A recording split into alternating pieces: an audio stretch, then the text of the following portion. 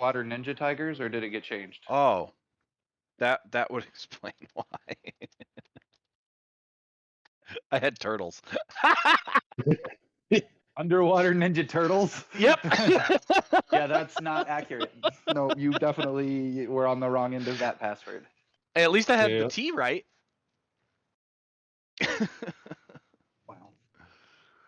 Wow. Wow.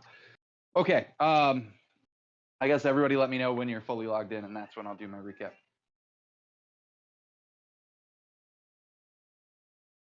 I only need access to Gilwyn and Ashley just calling my name, so hang on.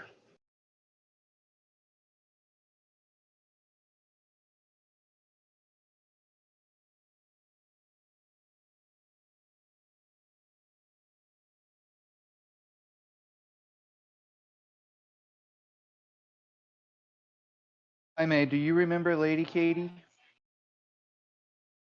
She's who is in. She is who is in town. Randomly, yeah. So I don't know if you saw my Facebook post from a few days ago, but she randomly, I randomly texted her just out of the blue, and she's like, "Wait, you live in Southern Maine?" And I was like, "Yeah." And she's like, "Where are you at?" And I was like, "Sanford." And she sent me a picture of a Google like how near I am to her, and it showed me that she was in Conway, New Hampshire, which is literally an hour and 5 minutes from here. So tonight was the only night she had free. That's why I was like, well, shit, I don't want to mess gaming, but I haven't seen her in 16 years. So, yeah. I will.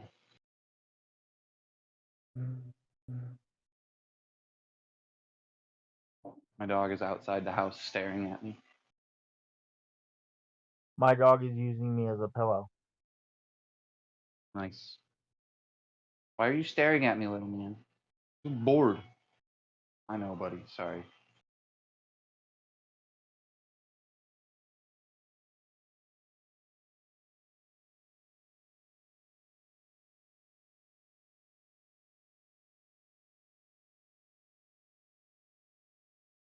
Lost in space, with no time left to start again.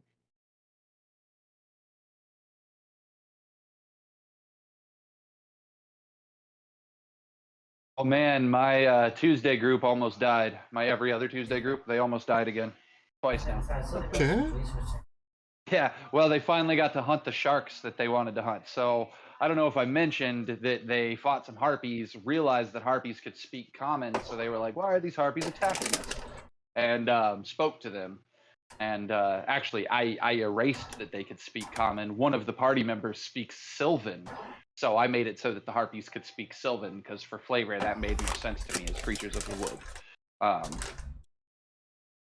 And it made it so that only one player could interact with them. Anyways, realized that they were starving because the food chain had been upset by a large creature in the area. Long story short, they decided to hunt the sharks in the water. Well, what they didn't know when they made that decision is that the 6 sharks in the water were all CR2, and they were all level 2. No, I'm sorry, they had just become level 3. And how many of them are there? There was 3 of them. 3 level 3s against 6 CR2s. Yeah, that would be pretty rough. Yeah, they walked into a potential total party kill, and one of the 6 CR2s is actually a named creature in the book. They don't give her bonus stats in the module, but they do have her as a named creature. So I increased her hit points and gave her multi-attack, so that it made her seem a little more vicious. But I also had that shark more willing to, like, she even attacked 2 of her other sharks when they tried to flee. And I sort of played it like Jurassic Park, the first Jurassic Park. One of the raptors, the female, basically led the pack. That's what I played with the sharks. And dude, like they struggled. They had a fun battle, and I didn't go like too hard on them or too easy on them. But by the end of it, 2 of them had been knocked unconscious at least once. Wow. Yeah. Yeah, it was a rough fight, but at the end of it, because the math played out, they got 900 experience points apiece, which at their level was almost a full level because we were using experience points. So they were pretty happy about it. But the almost TPK, they were like, yeah. So we're gonna take a long rest because a long rest heals all of our hit points, but at the same time, we're gonna like take like a week of downtime and we're just gonna wait it out because being knocked out that many times, we obviously need to recover physically and mentally from the battles. So we're just gonna hang out here for a while. It's like, cool guys. Sweet. They straight up said that the next time they play, the next time they want to come across a fight, they're gonna finally think twice about just jumping into the battle. Said, I'm proud of you. You guys have learned. And now the rest of their fights are going to be just It's straight true. up fights. What did you say? I could totally see you do that, So Carl. That mystery dungeon. Hmm. But all right, so everybody's when here I now. added it. It was listed as Okay, so we're sort of making our way through the alleys, and when we do, from last session, we're starting to all sort of drain an energy and think along the fact that we just went through like 3 battles in a row. And yeah, we kind of had a short rest in the middle of it, but we're in the oppressive heat of hell, you know, and the oppressive atmosphere of hell, and this big crackling black orb in the sky with blue lightning that arcs across it, you know, every now and then is, you know, freaky. those be Whether listed we want to admit it or not, bonus it's episodes outside of our or- normal range of sensibilities. So it's freaky to all of us. So as we're walking down through these like alleys, moving towards the bridge, my character takes the time to look at Probably Vic just bonus episodes. and have him bring up a small version of his hologram again. And when he does, I point out a side alley, which was the one where I saw the glinting shiny object that we have forgotten it's about picking when up. Girk wanted to go for a shiny. Why is So it that is a picking side up? mission that can still be played tonight It's without muted. I Sure. want to go find the shiny. So there's a total option. Another thing, my character points out, he hollers at Lulu and says, Madame Lulu, where was this, you say there was this creature that rode upon the back of a nightmare. And so we have forgotten, guys, that she saw a devil, a Narzagon, something like that, a Nazgul, a ring wraith, something, a big scary creature devil on the back of a nightmare prowling the streets. And I asked her to point like on the map where she spotted it, Jaime. Because we have forgotten that she had revealed that message to us. When I tried to recap 2 sessions ago, I was like, oh, she brought us a message about the people on the bridge. And Keith was like, no, that was my message. And I was like, oh, okay. And we played over it and completely forgot her message, which was, hey, I saw this big devil walking around on his nightmare or riding around on his nightmare. Sweet. That is another side mission you guys can do. Now, that said, my character, in game, I can't tell you the character's CR. However, Jaime, I did devil research. Do I know the devil's CR, or can I like roll an Arcana check to know the devil's CR? I mean, CR Or a is religion check? or CR is a very meta way to describe it. I won't tell them I just want to let them know how powerful it is. I want to impress upon you guys. It's a powerful creature, and it would need the party at their A game to take it, probably, and that's by itself. Like it's a powerful devil. But yeah, Um, with your research, and I believe you've already rolled your Arcana for it. Oh, I might have. You're not wrong. Okay, so you guys remember when we were up the beanstalk and we fought the creatures up the beanstalk? One of the creatures we fought up there was a CR10. Now, again, using meta, but setting that aside, you know it was a CR10 because I identified it that day.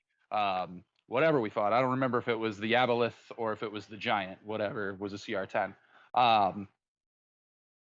This creature by itself is more powerful than that creature. I want to go for the shiny. And probably not the creature on the nightmare. Yeah. Okay, because his nightmare is also going to have a CR of its own, and then who knows if it has backup. Yeah. So that'll be quite the fight. But yeah, as badass as Lulu is, she is actually afraid of this demon, which is why I'm gonna she be led it honest. away from the party. I'm going to be honest. I think the party could take it if we were all here, especially with my ability to Stealth. wear Gilwyn as a coat, and Girk's ability to gain advantage stealthing, and Striker Monk, Divine Striker Monk over there, Ranger guy. You know, there's a lot of for the party, but I think we'd all have to be present to make it work. Especially with then Lulu also on top of that throwing down her radiant. But I do believe it would be a heck of a fight. So I mean, I kind of of a fight.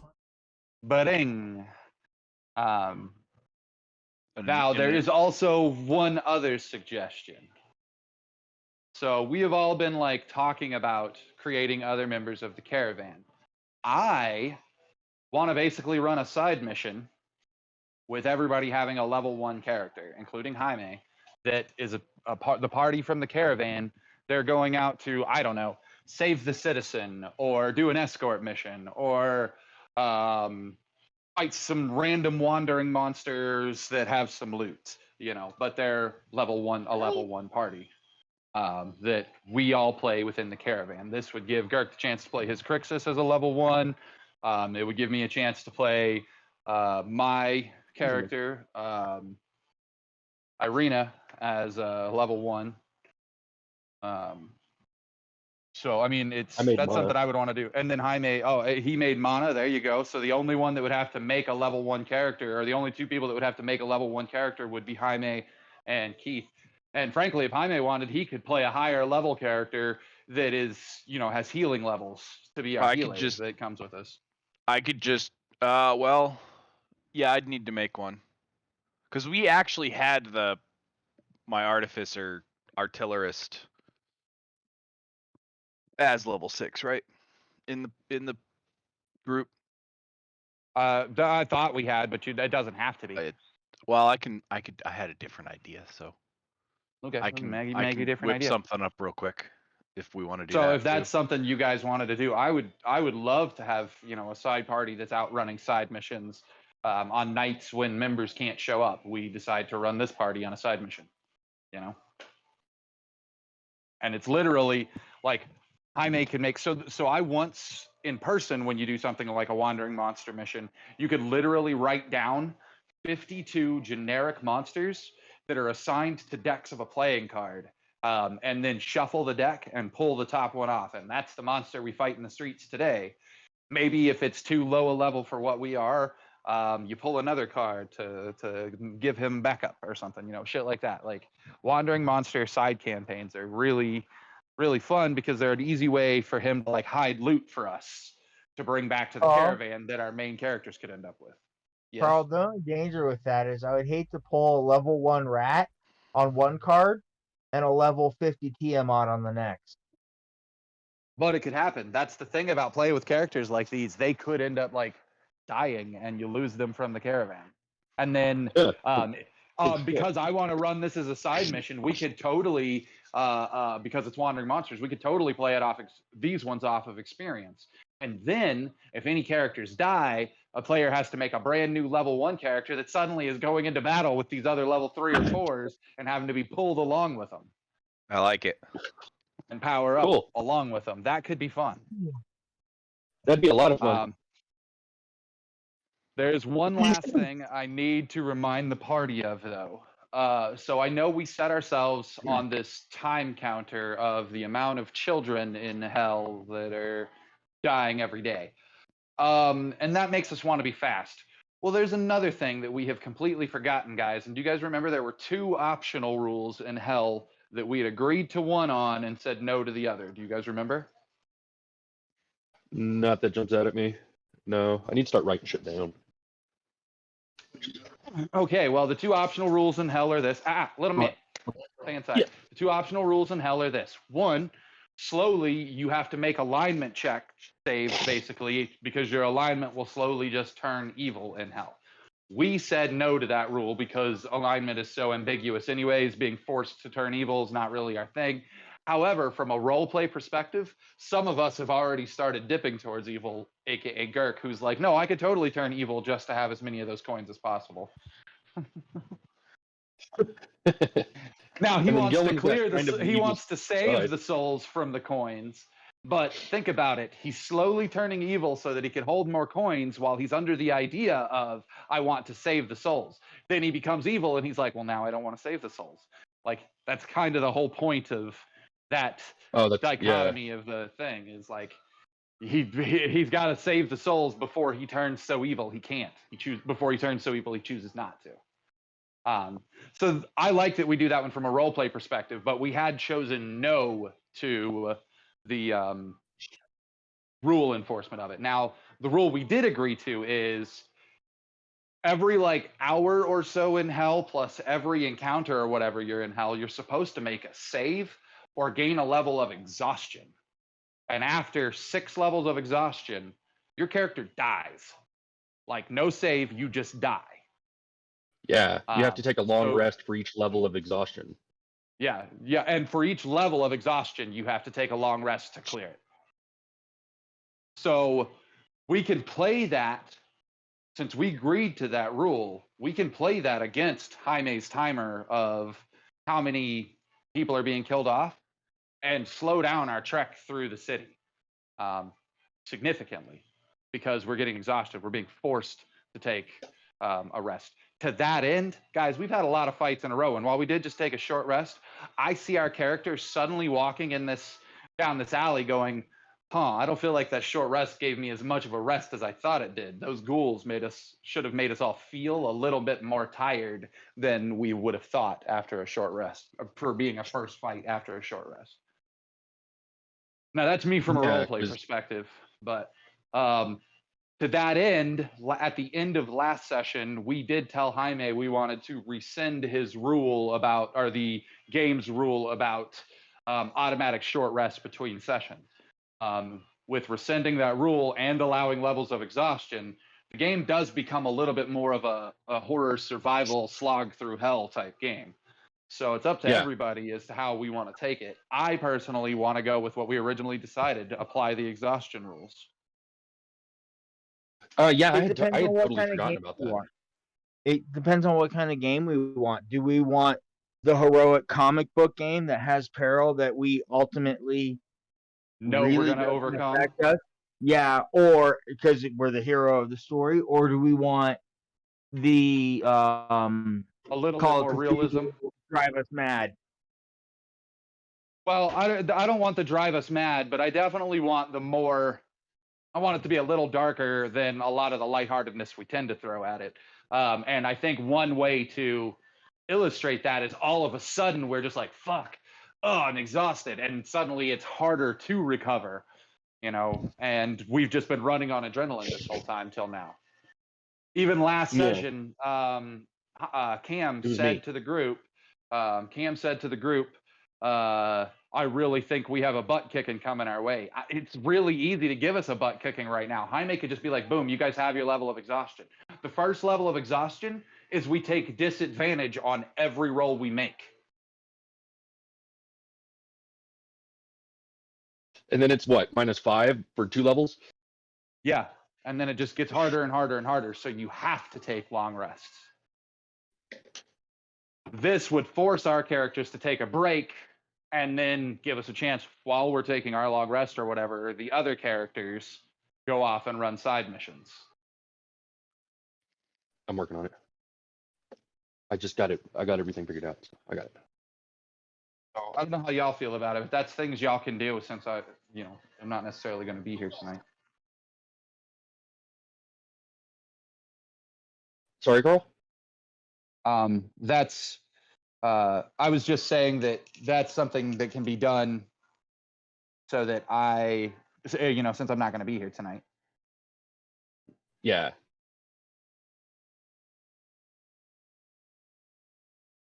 I don't know what you all want to do, but those are options that I've thrown out there. And what's going on with our characters? I mean, Jaime, how do you feel about the exhaustion rules? The party seems like they're interested in throwing them back in. Yeah, no, I'm perfectly fine with adding them back in.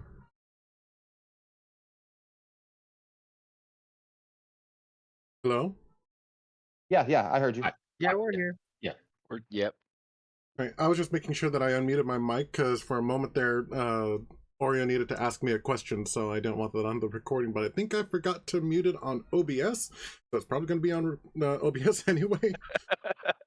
Nice. Quick question, because I can never remember. What's the array? 16, 15, 14, 12, 12, 10.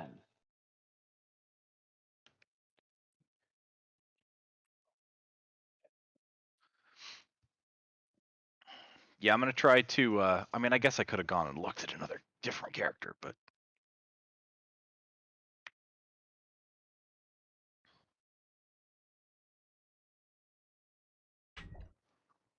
yeah. Thanks.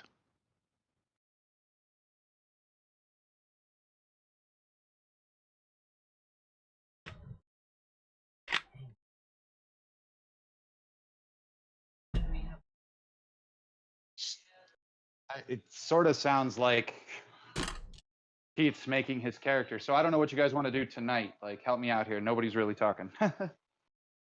Well, Jaime, are we taking on a level of exhaustion between sessions this time around as we're recapping in this alley? Or do we still have more in us, like them going after the shiny thing? Like I said, I vote. I want to do the shiny thing. But yeah, but if you have a I- level of exhaustion, it might be a little harder to go after that. That's why I'm asking Jaime, is the level of exhaustion applying now? Yes. All right. I'm going to Google and double check. Well, not Google, but pull up and double check the exhaustion rules to make sure of what one level of exhaustion does. Avernus exhaustion.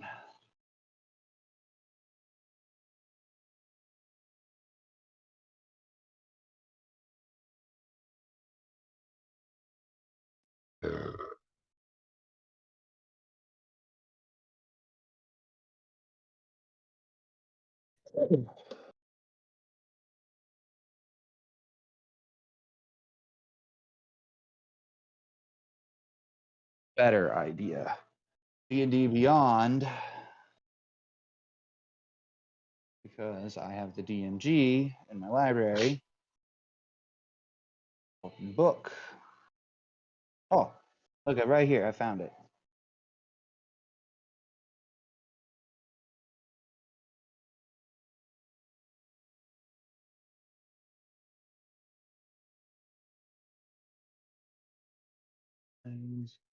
Outer Planes? Is it the Outer Planes? For the exhaustion rules? For the Nine Hells is the Outer Planes, yeah? Yes. Nine Hells is an outer plane.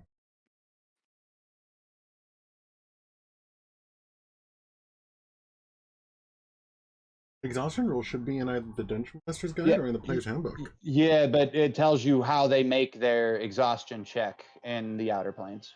Oh, I see. You reflect this dissonance. So each of the outer planes emanates psychic dissonance that affects visitors at incompatible alignment. Good creatures on the lower planes, evil ones on the upper planes. If you spend too much time on the plane, you can reflect this with this optional rule. So evil characters are not subject to this exhaustion. AKA, third gear is rocking, running around just fine, keeping everybody safe. Evil fucker.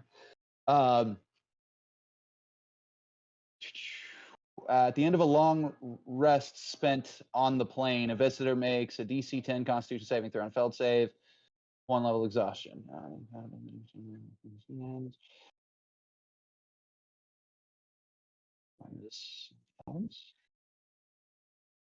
That is not Avernus.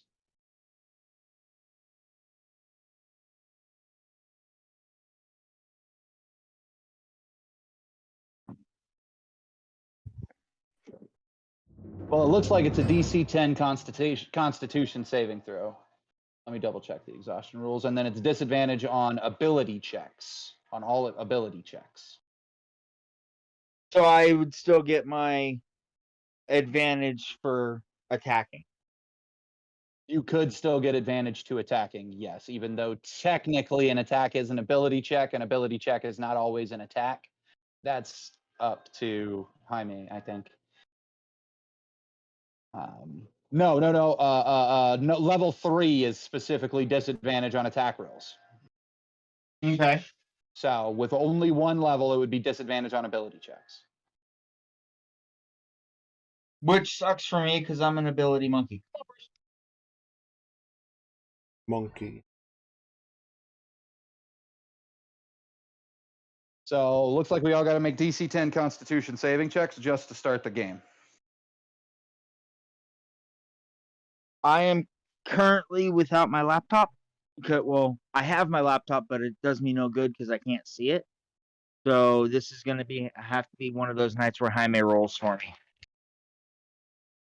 Okay. I got a 21. By the way, Cam, I cleared the ownership of Gilman, so you should be able to claim him. Yeah, can we do the same with?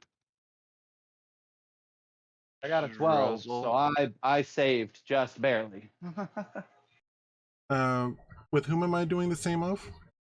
Druzzl. Well, it said. Oh no, never mind. It's server added. Yeah, that's fine. So is he fine then, Keith? Yeah, we'll do it if I can't find him. We'll figure it out. I forgot I had what do you call it? I made a hotkey for it. And then what did Fick Oh, roll for his right. Constitution save? Oh, I guess it's the same. 12. Now, I noticed that you rolled a check.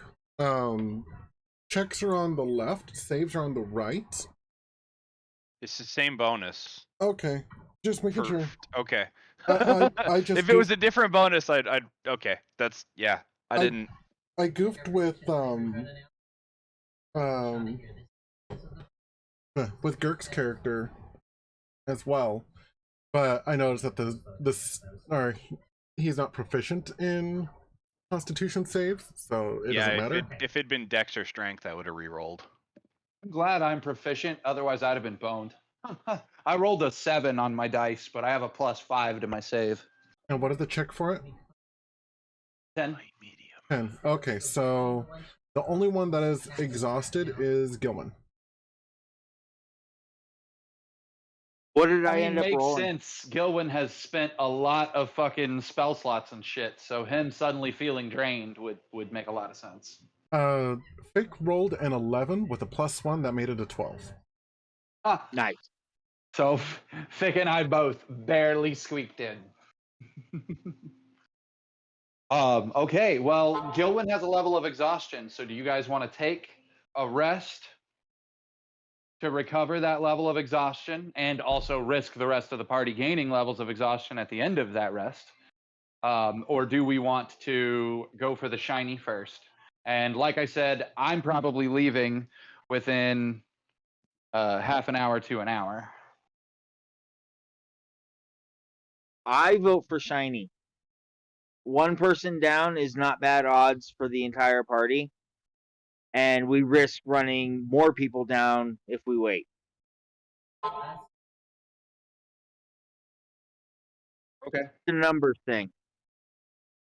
Indeed.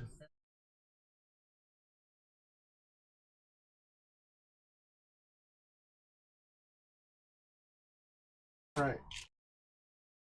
Book.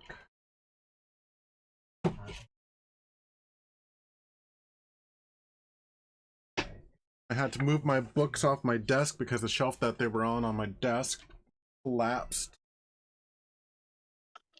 That's not good. No, it's not. Thankfully it didn't really damage anything. I had actually caught it before before they toppled. Which is probably why my chest hurt, because it was on that side. Anyway.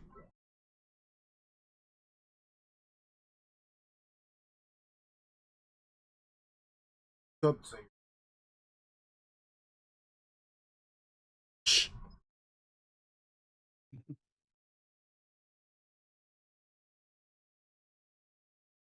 Okay, so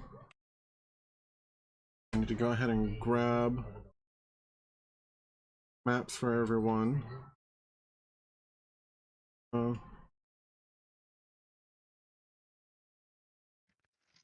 We will go ahead and use. Yeah, and then Gark, we just need to make you a level 1 Crixus sometime. And then, or tonight after we go for the shiny or whatever, get you a level 1 Crixus. We also made. did we ever switch over the swashbuckler template over into Fantasy Grounds? No, Did that because ever everything happen? could be rolled on Beyond, so it hasn't been added unless you talked to Jaime or somebody into adding it for you. No, I have not. Yeah. Beyond is easy for you to access from your phone, which is why, while you're in the hospital, which is why everything's sort of on Beyond. Ah. Yeah, because if you just download the Beyond app to your phone and log into the app, your character sheet is just there. Like you can roll from your character sheet on the app. Interesting.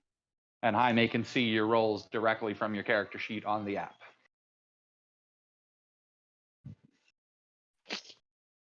Oh, wow, I've been on mute. Hi, guys. Welcome buddy. back. I was wondering why why it didn't seem like anything I said was getting through. There's No, a we reason heard for you. that. No, no, fair. Nobody decided to respond.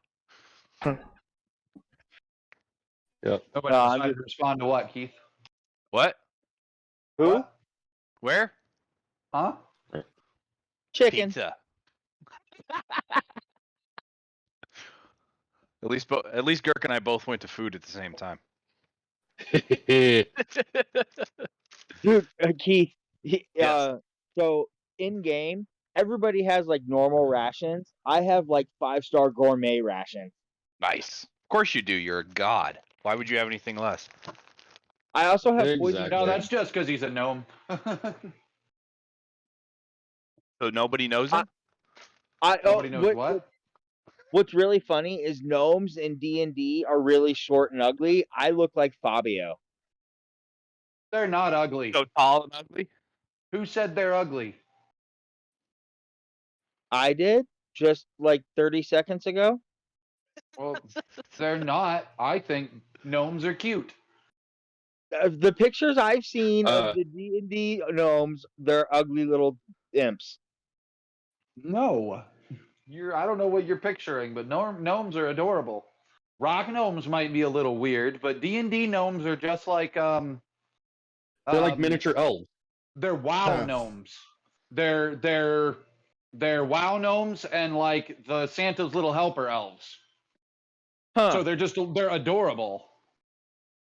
All right. Well, I'm on And the. in I'm on the particular, far you're end. a forest gnome, which makes you more adorable than other gnomes because like rock gnomes all have like gray hair and black hair and tan skin, but or super pale skin. And your character could have been born with blue hair or purple hair or red hair. Your character could have prismatic pink Irises. irises and Very golden much flecks on his skin and shit. Deep gnomes are ugly. Snurfipilin. That's it. Snurfipilin. That's a deep gnome.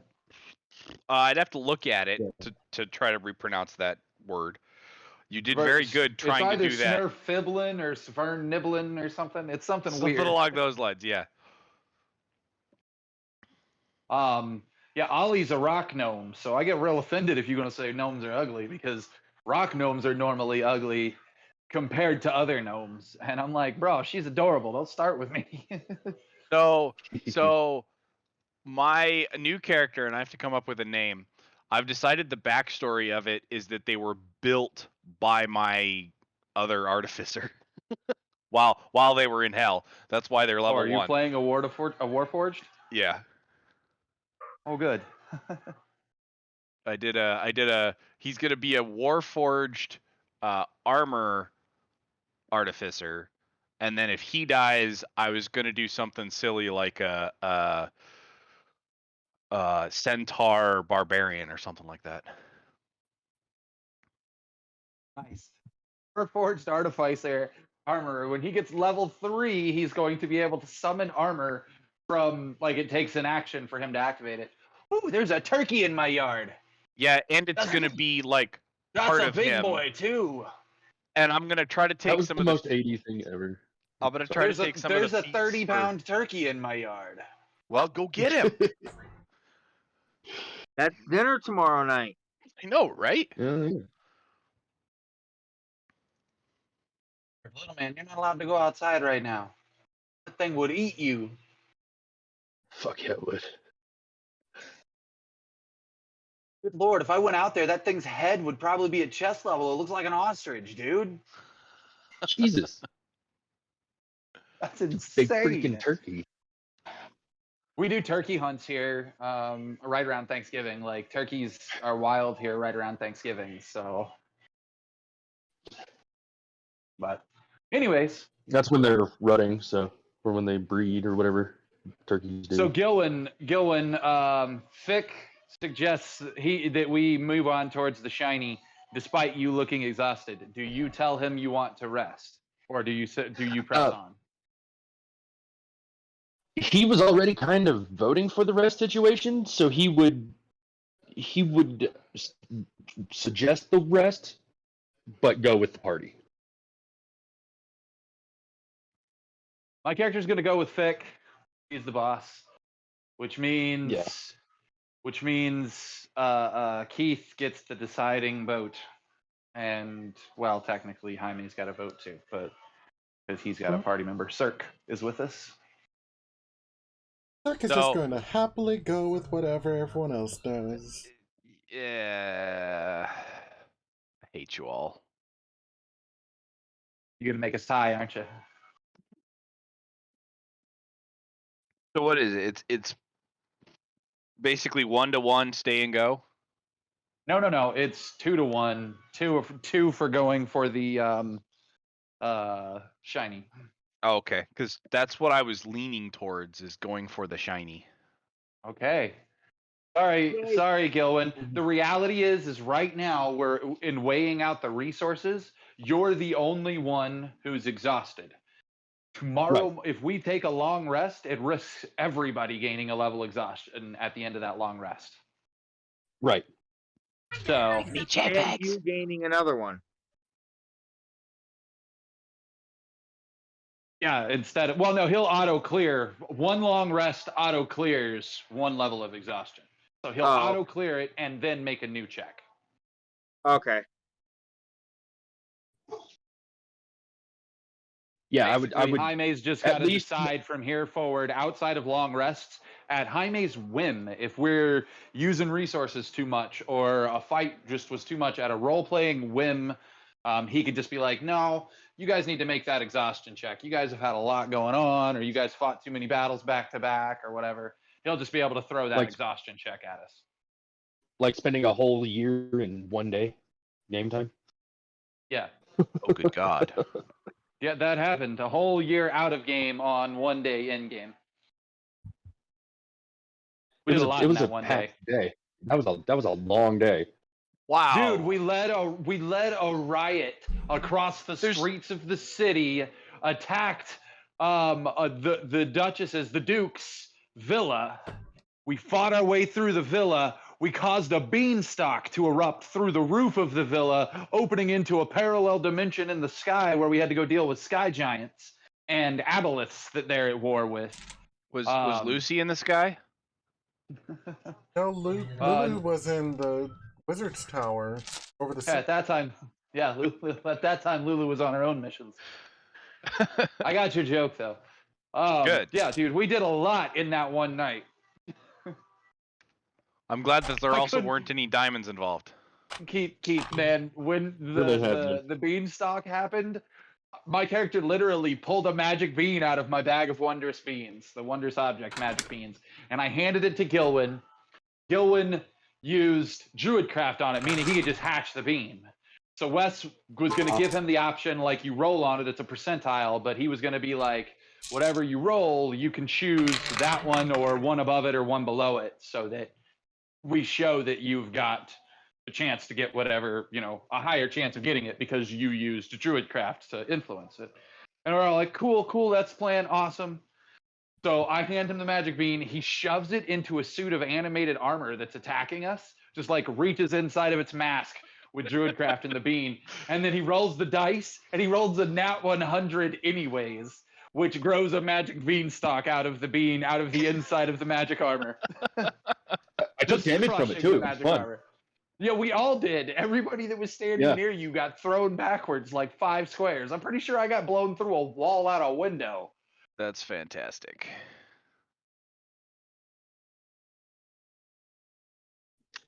That was an epic night. Why is GIMP not starting? GIMP? Yeah. I'm presuming that GIMP is the program that you're using to... Wait, GIMP. Make tokens? Yep. I'm trying to update my current token because I asked you to update it and you're not, so I'm making one for you. I'm sorry. It's okay. I'll get it. I might have also asked that in my head while looking at one of the chats and never actually sent it, so it might entirely not be your fault. It could also very well be my fault. It's been a rough couple of weeks. You're perfectly fine, dude. It gives me something to like tangent focus on while we're playing, because otherwise I'm sitting here like browsing Facebook or not paying attention at all. This at least gives, basically. Yeah, hit this fidget. Okay. Well, Jaime, it looks like we're going to make a move towards that alley, but for a roleplay perspective, head over to Gilwin and I pull out my flask and let him have an extra drink of water, because I assume with my passive insight I can see that he's a little extra winded. Unless you're trying to hide it, Gilwin, are you trying to hide it? I think at this point, you did vote for a rest, so. Well, he's already kind of made the wry comments on bring spell slots and that kind of thing. But it's just gonna continue to be his. He's not hiding it, but he's not complaining about it. Put it that way. All right. Alley forth. All right. Why is Fick paralyzed? Oh, he got. I got paralyzed. It only lasted 1 minute. I should be done by now. Just making sure. I'm like, why does Fick's character have the 2 things below it? One of them's for minor illusion smoke, which should also be gone. But cool. I don't know what you're talking about. Okay, cool. Awesome. I use this rest while we're chatting to before we move on, when we make our plan, to drop an illusory script on the ground. Okay. What does your script say? It's just part of our mapping, so that survivors this way. This is that script. It's just me saying as part of that discussion.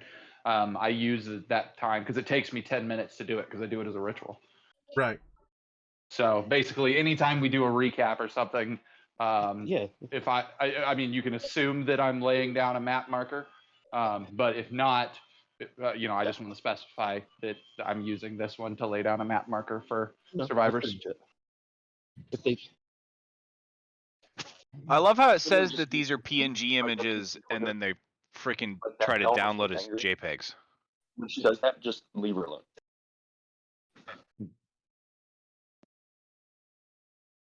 Yeah, it's annoying, ain't it? I hate it when that happens. I'm playing D&D. Yeah, I'll All get right, it. I have a good one that I like. This was just kind of a backup.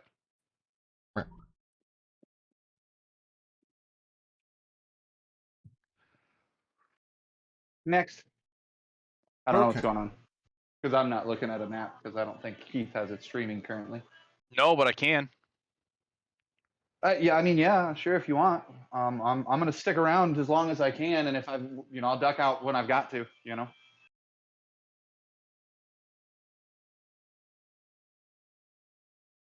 Okay. So, you remember where you saw the glinting silver?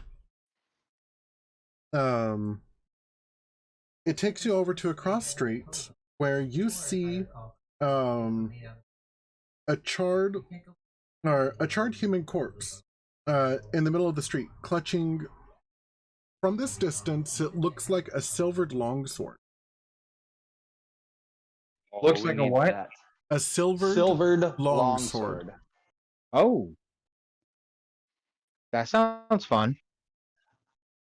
Well, silvered definitely means I've already suggested that there are creatures in hell that are going to be weak to silver. I've got silver bullets. We need to get the longsword to one of the characters that can wield a longsword. I don't know who here can. I can wield a longsword. Girk, you've got a Lo- silver dagger, so you've already got silver. Keith Right. and Gilwin both need I- silver. I was gonna say, well, I have that magical warhammer too, but It's true. You already do magical damage. So does Gilwin. Gilwin Dude, can I'm turn on into the a phone. bear, and his bear mauling can do magic. So silvered is just added bonus, especially if we say come across lycanthropes randomly in hell. God, I hope not, but it could happen. Wandering monsters. I'm glad that we can identify that it's silvered from where we are. Do we need to just like roll initiative, Jaime, or do you want us to like go into role play speed? Go ahead and roll initiative.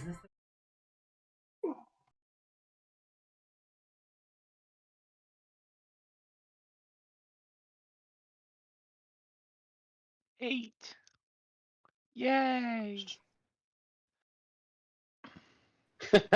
5. 25. Fick got a 10. I rolled a 1 on my initiative. Oh, sorry, Fick got a 14. 14? Yes. Okay. How much did Felix get? 25. Rowan, you mean? 25. Rowan, yeah, 25. Okay. That one dude that you're currently playing as. Right. 3 levels, guys. 3 That levels, guy. and Felix will be back.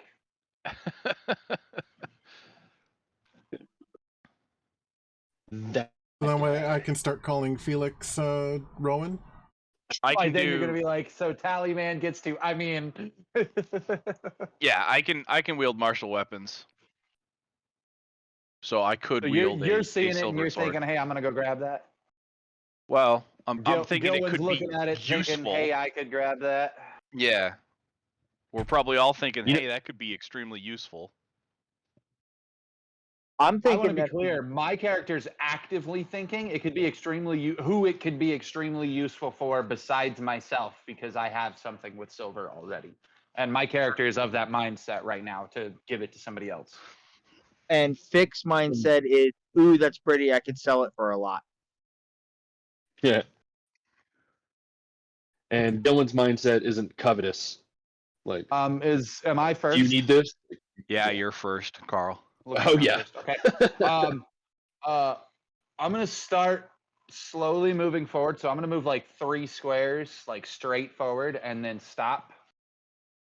And then I'm gonna like look back to the group and say, and actually, point out that could be useful.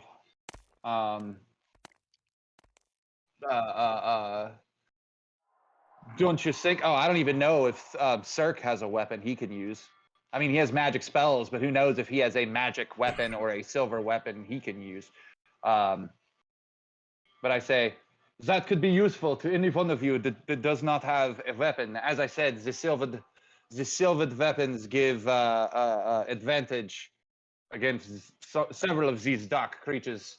And as I look forward, I glance around, and Jaime, I'm going to use my action to roll a perception check, and I say, on the other hand, this could be all too easy. I'm fully expecting that shit to be a trap. So, running the chance that it's a trap, I'm rolling perception to see if there's anybody, like, watching us from anywhere. Okay, go ahead and roll. Woof. I rolled a 7. Ouchie. You scan the area, but there does not appear to be any onlookers. Wait a minute. I can roll that with advantage. My homunculus servant can grant me advantage on that check, Jaime, unless you Nice. give me a reason to have disadvantage. Can your homunculus have exhaustion levels? Oh, no, the homunculus cannot, but my familiar can. That's a good. My homunculus is immune to exhaustion. It's Okay. a construct. Nice. I was just being a little shit. That's fair. So yeah, I can roll that with advantage. Affirmative. I dropped a 1 on my advantage roll. For a grand total of 23, 18 was my roll. Nice. Is this a trap?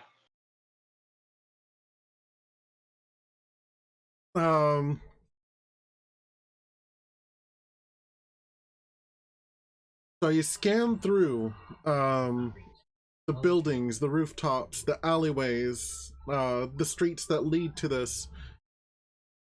You see no one. You are alone. However, you notice something else. Okay.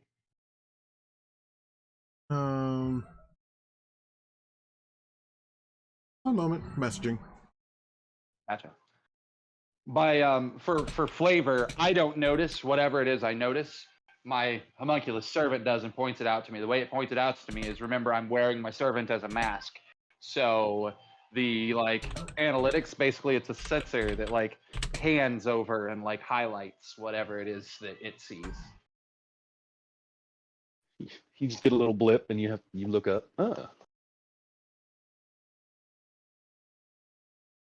I message you on the Discords. On the Discords. Sorry, I forgot if Discord or Facebook was easier for you. Oh, it's 6 in one, half dozen in the other. Okay.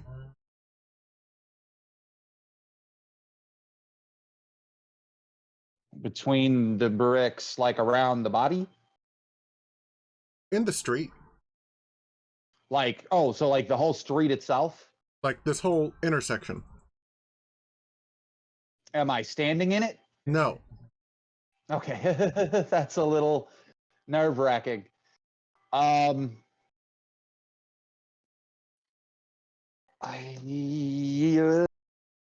boy, I can't believe I'm going to do this. Are we in combat timing, Jaime? Or roleplay timing? Combat timing. Okay. Dang it. We What does that suspended mean? the automatic. We suspended the automatic short rest between sessions to be left for a question of whether or not we had a short rest between sessions. I know that he acquired his thing, but did we have our short rest between sessions? I'm going to say Because no. if we did, if we did, I have my action surge. If we didn't, I don't. Cool. Then I have to pass turn.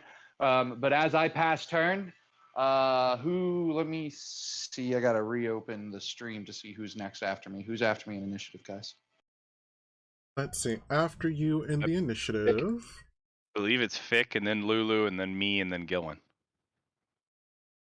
Well, I'll just leave Lulu at the bottom. Because, it won't let me change her initiative for some reason. I mean, can you move my character forward the 3 squares that I moved forward?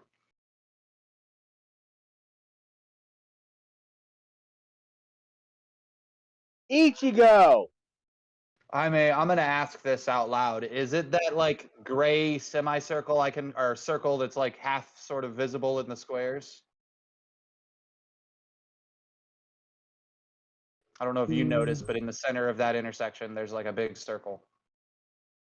In the center of the intersection, there should be a body. There is a body, but widely around that, there's a circle of like darker edge. I Just by actually did not happenstance. notice that, but no. Okay, I Good just eyes, figured it I was a didn't good way notice to that at denote it. first either. Well, I'm trying to figure out how to pass this message on. I use my item interaction to draw my pistol. I use my bonus action for the character to shoot at the rocks. I'm gonna trigger whatever it is. Fuck it. I'm gonna see if the blast can trigger whatever it is. It's not really an attack roll. It's me trying to trigger something. Would I roll like an Arcana check for the creature? Like, Actually, hold on. You jump to where you are, and you can feel the ground beneath you begin to rumble. But that's it. and then I can see the energy as well. Yes. Yeah, so I'm thinking it's an alarm spell or a trap that's going to go off when we try to cross it. So my thought process is shoot it to trigger it. Will that trigger it if I shoot it with my energy blast on my bonus action? Because if not, I'm just going to pass turn. It will not.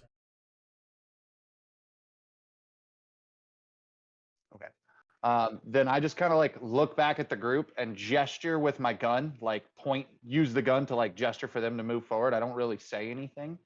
But I use my other hand to point 2 fingers at my eyes and then point at the like ground for whoever's behind me to come up and take a look at what I'm pointing at. So they can all see, and that's how I make them take notice. But I continue actively watching our surroundings. And then I pass turn.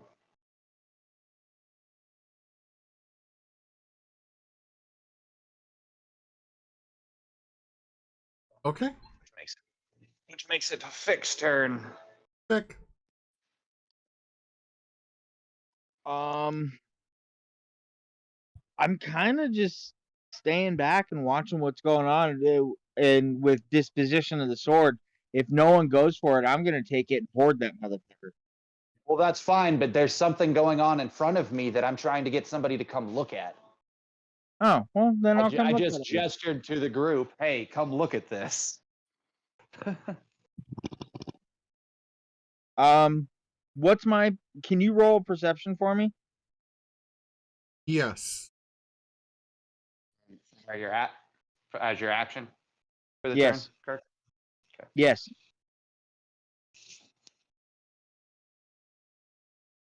$17. Can he see it? Yes.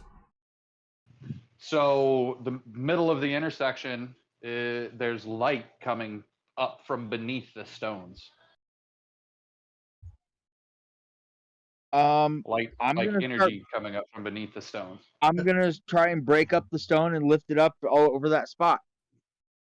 So that you cross the plane of the energy field? I 'Cause wasn't aware. I feel like there's a trap edge somewhere that I'm worried about crossing because that's how magic is sometimes. That's not. Like if That's not how I if it's a- envisioned it in my head. Oh yeah, my envisioning is that there is energy. So I picture this as a trap. If you cross that into where that energy is beneath the stone, something's going to happen. Yeah. I'm the boss. Send somebody else. So you walk up, you look down at it, and you point back at the group with like your hand crossbow in hand and gesture for somebody else to come up, and you point at your face and then you point down so that the next person in line can come take a look exactly like I did to you. Yeah. And I make it look like it's my idea.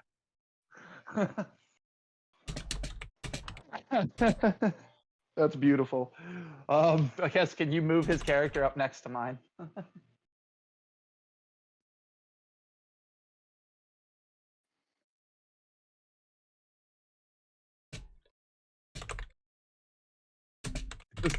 Yours this time. Done.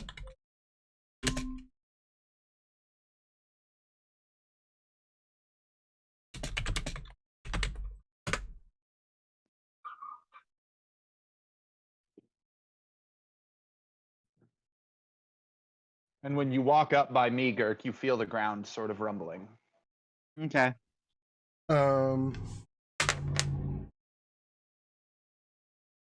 Okay, and Feck now needs to make a dexterity saving throw.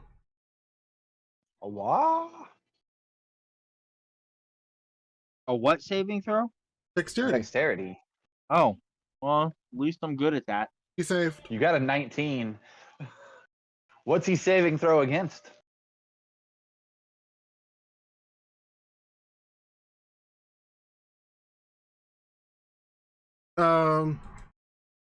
So a gout of hellfire spits out from the ground beneath you. Oh, good.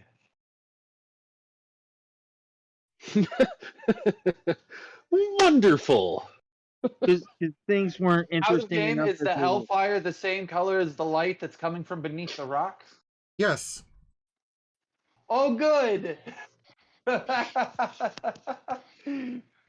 I think we're standing on top of an active volcano spot in town. The whole intersection's about to go boom. I think we should leave. Did you say that out loud, Carl? If I do, it'll be my soliloquy. So I gotta decide who's after Fick. Me. Druzzl.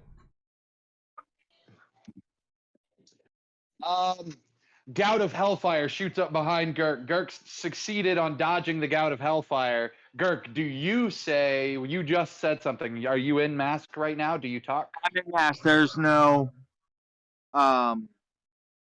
verbal coming from me. So then no, past turn. We just like jump as this Gout flies up into the air, you know? And then, or Geyser like bursts up into the air. And then past turn, I think. Y'all suck. I'm trying not to spook what we're standing on. I might be like suddenly with a much more like cautious gesture of like, whoa. You know. Mm-hmm.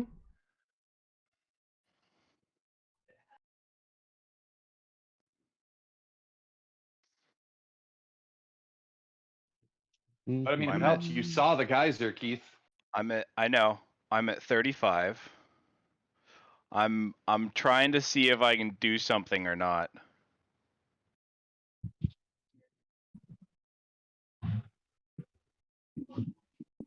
You want to see if you can just run in and get it?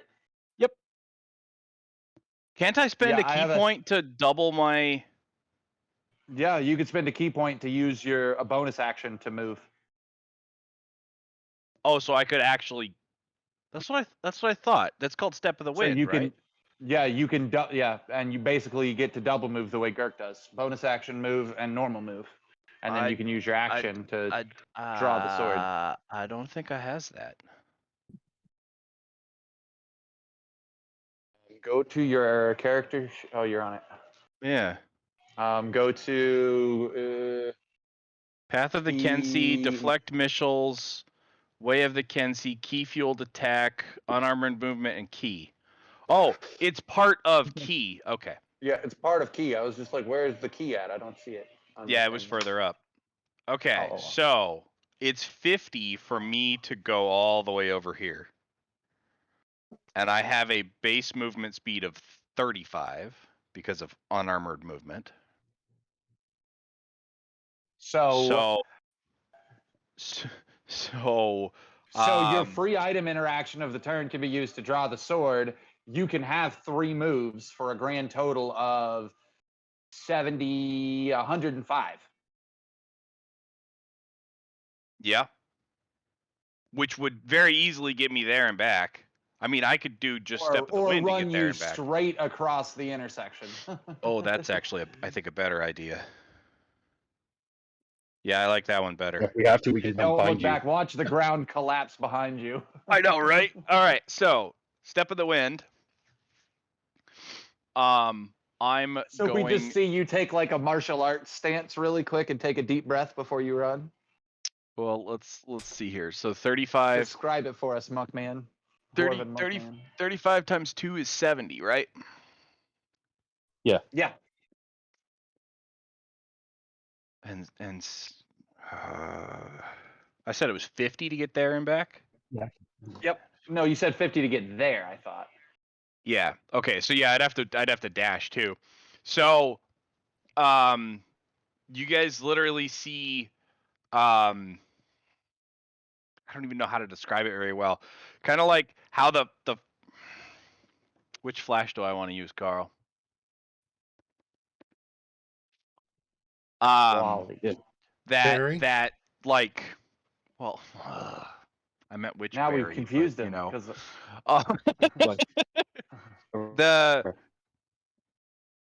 I go into that stance where you're getting ready to run and just he, kind of, twists his legs back sideways I'm not doing that run. and like digs his feet in.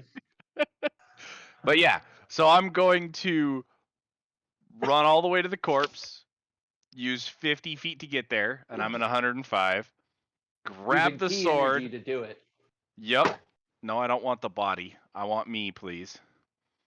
So 50 to get there, grab the sword, and then I'm going to keep going straight. Let's see here. That would be where I was. So that was 100. So that's 105. So you use all Okay. 3 movements. But you have to ask, hold on, before you do all that. When he enters the explosive area, what happens? Yes. Let's see. Okay, so right around here,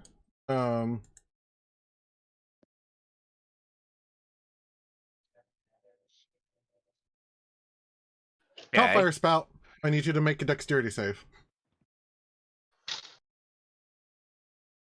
19. Okay. You save. We just see him go all nimbly pimbly. And I'm over here like thinking, crap, why didn't Gilwin go first to cast guidance on him?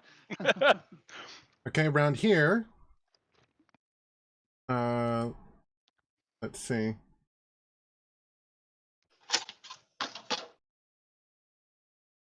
Hellfire Spout, roll a dexterity save.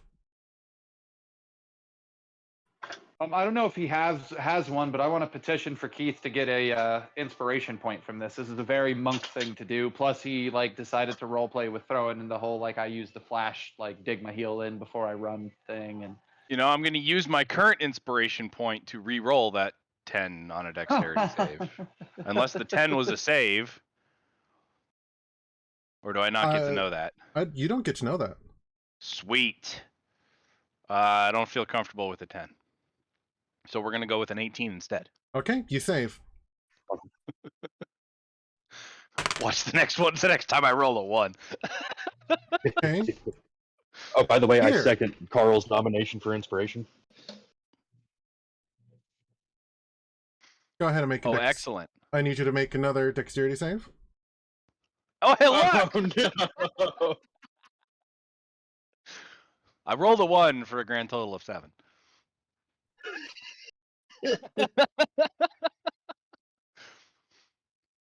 You take 17 damage. Ooh. Yeah, ouch. Okay. So would that interrupt his movement? Or does he continue? that's up to you. Is it just fire, or is he knocked prone? Is there a concussive thunder that comes with it, force damage, or is it just fire? It is just fire. Then it wouldn't necessarily interrupt his movement. No. Is it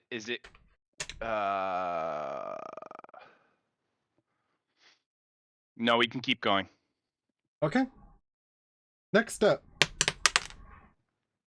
Make a dexterity save. Of course, the I love it. entire So ring. I sort The of entire visu- ring. I sort of visualize that you dodge to the left of this one, dodge to the right of that one, like serpentine got pattern, and then you smacked get to the one twice. that hits you. You like look at it as you're about to run through it, and you're like, "Nope, I just got to deal with it."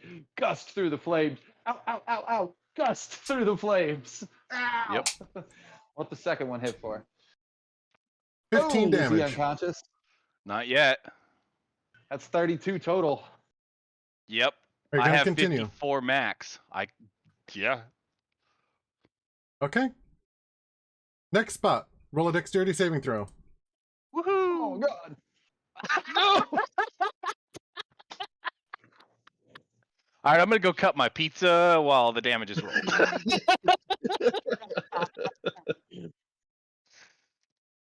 Wait a minute! Wait a minute! Wait a minute! Okay. Wait a minute! Okay.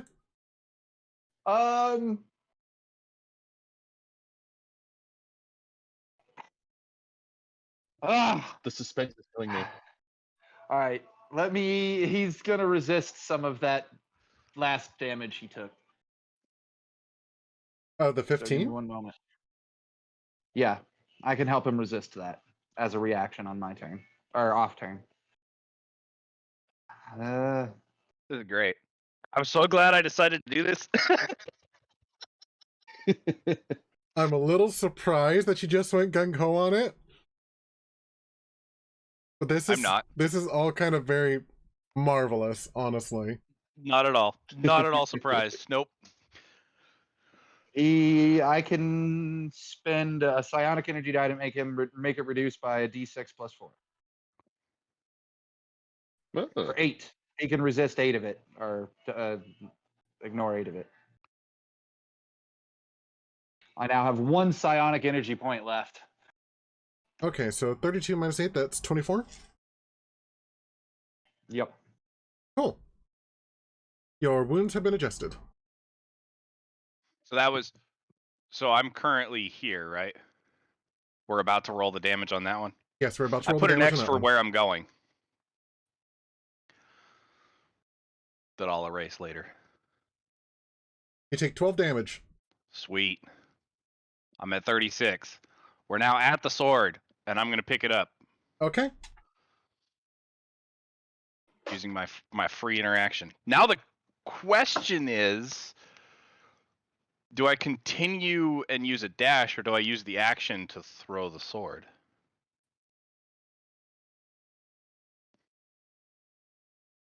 I can't. I already. Dirk doesn't have to walk on the ground to get there.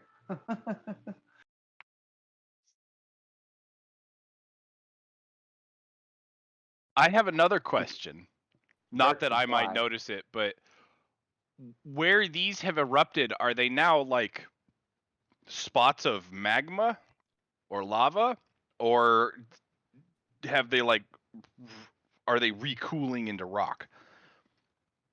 The energy that was underneath them appears to, well, that would require a perception check, wouldn't it? Probably. Okay, cool. I'm not paying attention to that, so I'm just gonna keep booking it. With his passive perception, does he see like scorch marks or lava? I don't know what his passive is. It's a 14, so sure, actually. The stones are definitely scorched. But the energy that would be between the cracks looks like it is calmed. It is settled. It is still glowing, but it is not as intense as it had previously been when it had initially gathered. So then I'm going to. Does anything happen when I enter the square with the body? No. Cool. I'm gonna grab the sword and run the other direction, back to where I was. Okay. Across Sword, like in the body's hand? Is it impaled into the body's chest? Is it like what's going on with the sword? Yeah, do I have to do anything special to try to get it out? The I'm sword just curious. Before he says anything special, I'm just curious if it's impaled through the body or in the person's hand. according to my description, it is clutched. Okay. So I may end up with a hand on the way back. Got it. Because I'm literally just going to grab it and turn around the other way. How fresh is the corpse? It's hard to tell. It is charred. Okay, so it might crumble when he yanks on the blade, is what I'm Yes. asking, basically. Okay. So then does it? Yes. Okay. There's a lot of dice being rolled, and I'm Question. not sure whose microphone they're coming through. Mine. Got a question real quick. Yes. How much worried can about that. Mage Hand lift? 5 pounds. Yeah, that's what I was How going to much do you say. think that sword weighs? If it's made About out of 5 silver, pounds. it's probably not very heavy. Can I I think just use my longswords are 8, Mage and Hand? actually mage hand is 10 pounds. So, yes, So when you you could fail to have. grab it, I'm just gonna use Mage Hand. Well, he But grabs it's it. not your turn. No. So That's you why I should have said thought when of you that fail to grab on it. your turn. I should have. Finish your turn. Okay. So I was waiting for Jaime to finish rolling so that we knew what was going on. I was just making sure they didn't re-erupt. They didn't. Okay, cool. That's kind of why I decided to go back over them. I figured it was less of a chance when I noticed that too. Because the pressure's already been released in those spots. Yep. At the moment, hasn't built back up. Yep. And now you have flame roasted friend. Or flame kissed friend. Yeah, flame Interesting. kissed, flame grilled dwarf. Yeah. Hey, at Is least that you're not the- charbroiled. Royal. Is that the name of the sword? Is Flame Kissed? Flame, flame kissed silver longsword.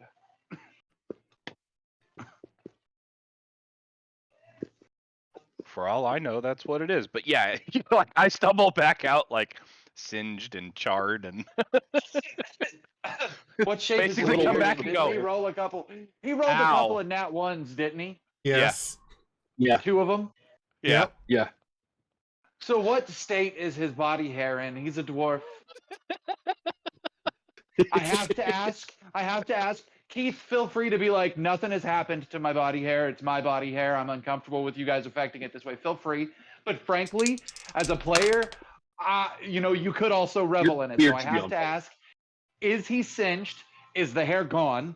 And frankly, the more hair you take away from him, the more I'm going to petition for him to get that inspiration point. If he's suddenly just a bald fucking dwarf, more or less, that bro should get his inspiration point for what he just did. But he took a shit ton of damage. I did. Yeah, he did. Hair doesn't survive those temperatures. Even dwarven hair, unless you're a freaking mountain dwarf. I am a hill dwarf. Yeah, buddy, you live outside. You live out in the grass. You're not a mountain dwarf forged in the fires of the Undermountain, buddy. Sorry.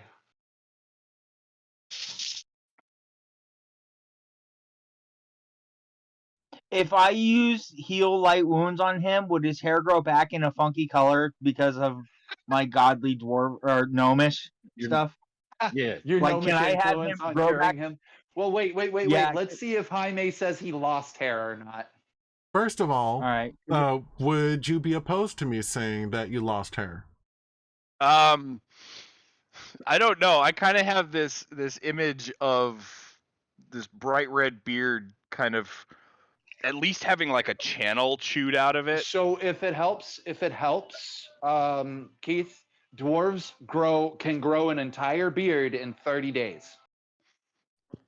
an entire like middle of their stomach, like a full beard in 30 days. Nice. That's actually lore in the Forgotten Realms.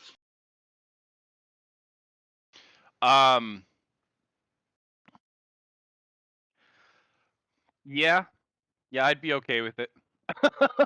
Okay. So, from the flames, 62% of your beard survived. Nice. 40% of your beard just singed off, mustache. Does this include like all facial hair, like eyebrows and stuff too? Yes. Cool. You look like a bomb exploded in your face, like cartoon style. Yep. That's the Half of one eyebrow left. Yep. That's the vision I just had. I love it. Still gently smoking. I am actually gonna have to leave soon, guys. Just so you know, like 10-15 minutes. Okay, bud. So, but we can keep rolling on this for now. Okay, so I used 100, which means I did use my dash. Okay. So you pass it a turn, sir. Yes. Who's the next? It would be Gilwin. No, and you've Cirque, been you're standing not there doing exhausted and watched this all play out. That's Cirque, not Thakir. Oh yeah, that's right. Haha. Thakir's back with the caravan and a kid. That's right. That's right. Is he gonna eat the kid? No, he's protecting he's on a the mission. kid till we give him a new mission. Oh, okay. Oh, he's been given a new mission now to help with the We assault haven't, on the we bridge. haven't, we haven't made that call yet. Oh, okay. Yeah, we were going to make that call sort of last. But when we do, you've already said that, yes, he would be on that mission. So till then, I assume he's with the kid still. Fair enough. When we give him the mission, I'm going to have him take his mask off that I gave him, that's the Tallyman mask, and give it to the kid. There's a button in it. When he pushes the button, the mask falls apart. It's one of my artifice trinket. I had spent an artifice trinket on this, if you guys remember. But it sort of like falls apart on its sides, like it all like kind of hangs loose. And when you look at it, once it hangs loose, you realize it's a doll, which it's not a doll by like modern standards, but like Elizabethan standards, there's like strings running through the limbs, and it's just like a stick figure doll of the Tallyman, and it looks like a lizard. Oh. Yeah. Now, eventually, I will create an item, and that'll get pushed out by my oldest slot. Whenever I create a new item, it pushes out the oldest item. So eventually, I won't have that. But at the moment, it's my second to the most recent. So I've got a little ways to go before it gets pushed out of my slots.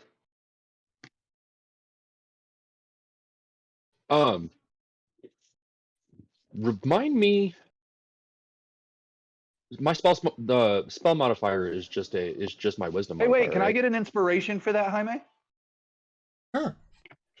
Hot dog. Sorry. Go ahead, Gillen. What? Remind me, spell modifier is just my wisdom modifier, right? Yeah, wisdom. Yeah, that is what you cast your spells with. Yes, but your spell like attack modifier is your wisdom modifier plus your proficiency modifier. Oh, and my proficiency modifier is, where is it? -8. So, okay. So I was gonna say, man, right now. because I was gonna say, healing word doesn't heal as many as Goodberry, but it does. It heals more. Healing I word am isn't going that to- powerful. Cure light wounds is the better one, but healing word can be done at range. That's what makes it cool. Yeah. However, if you have I- a familiar, you can cast it through your. You can cast Through the cure light familiar. wounds through your familiar at range, making it more Hmm. powerful. However, I'm also standing right next to him. True. I am gonna heal you, at least the one. Cure Like wounds. a level 1 spell slot. Yeah. Take some Yeah. of the sting off of those burns. How does your cure wounds look, druid boy? Or your healing word, whichever one. For 9.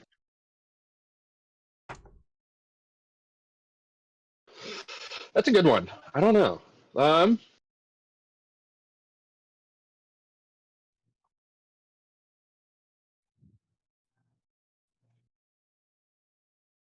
That's a good one. I can just see kind of like a cloud of pollen. Just kind of goes into your face. Pocket sand. And all of a sudden you feel better. No, Yeah, he just pulls out like posies, and they just like drift in the air, like Rafiki in The Lion King when he drifts the stuff out on the wind, and when that scent flows in front of you, you smell quote unquote a breath of fresh air. Boom! There you go. I like that. You're the one who said it. Pocket sand, pocket pollen. All I did was flesh it. There you go. You start like to the flesh sneeze you provided, sir. profusely. You like the what? I like the flesh you Cam? provided. Hey man, you gave it to Bones. It's a solid story. Sweet. All right, what next? Sorry, I don't mean to rush everybody. I'm just on a limited timetable. No, I understand. That was well, you still got the charred body right there. All he did was grab the sword and run.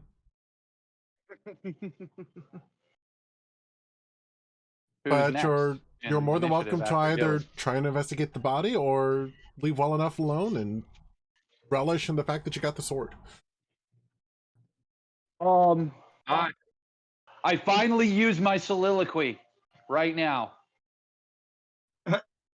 Monsieur Visage, I look at you, Fick.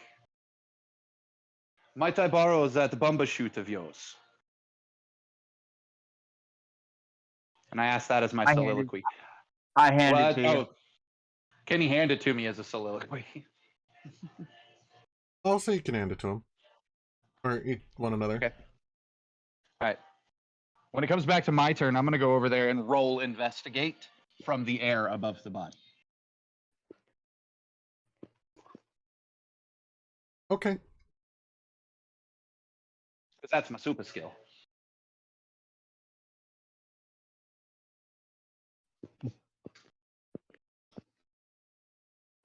Yeah. I don't know whose turn it is now, though. Ooh. It's Lulu's. I mean, it's Gillen's Lulu's, tired. but... He's not real interested. You know what's really unfortunate is I have a much better soliloquy right now, and I can't use it because I've spent mine. So, as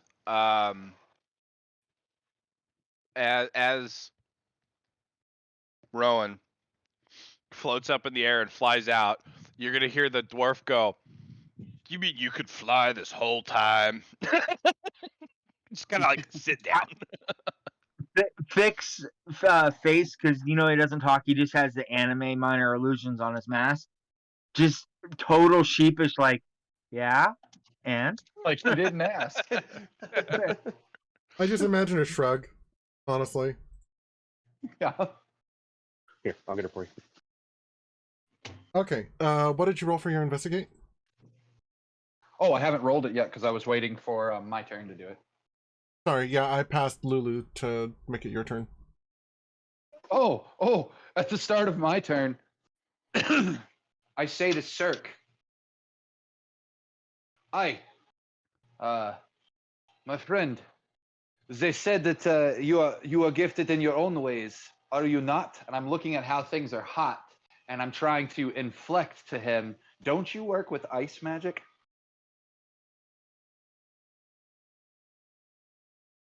I'm asking him for a soliloquy that's a yes or no. He uses ice magic. Yes. That's what I'm trying to do. I bust out laughing. I am rolling on the floor laughing. If everybody's willing to basically surrender another turn, I'm going to drop myself to the bottom of initiative beneath Cirque and then have him ready in action one of his ice spells. Or more. Whatever a good one is. so that if one of Figure it out. those things erupts, he can target the eruption. So it She doesn't didn't hit want out. me. So basically a counterspell attempt on the thing. On the Hellfire, yeah, with magical ice.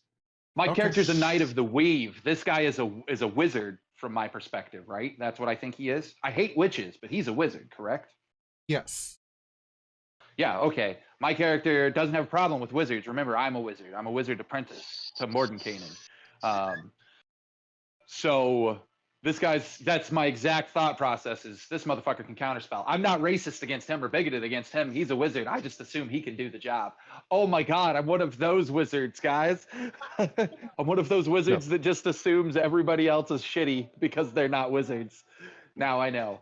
So yeah, I have him ready that, and then then it passes to my turn, and that's when I go over and investigate the body. Does the party agree to this pattern of actions? Well, on my turn, I'm gonna pack magic, cast Cure Wounds on myself.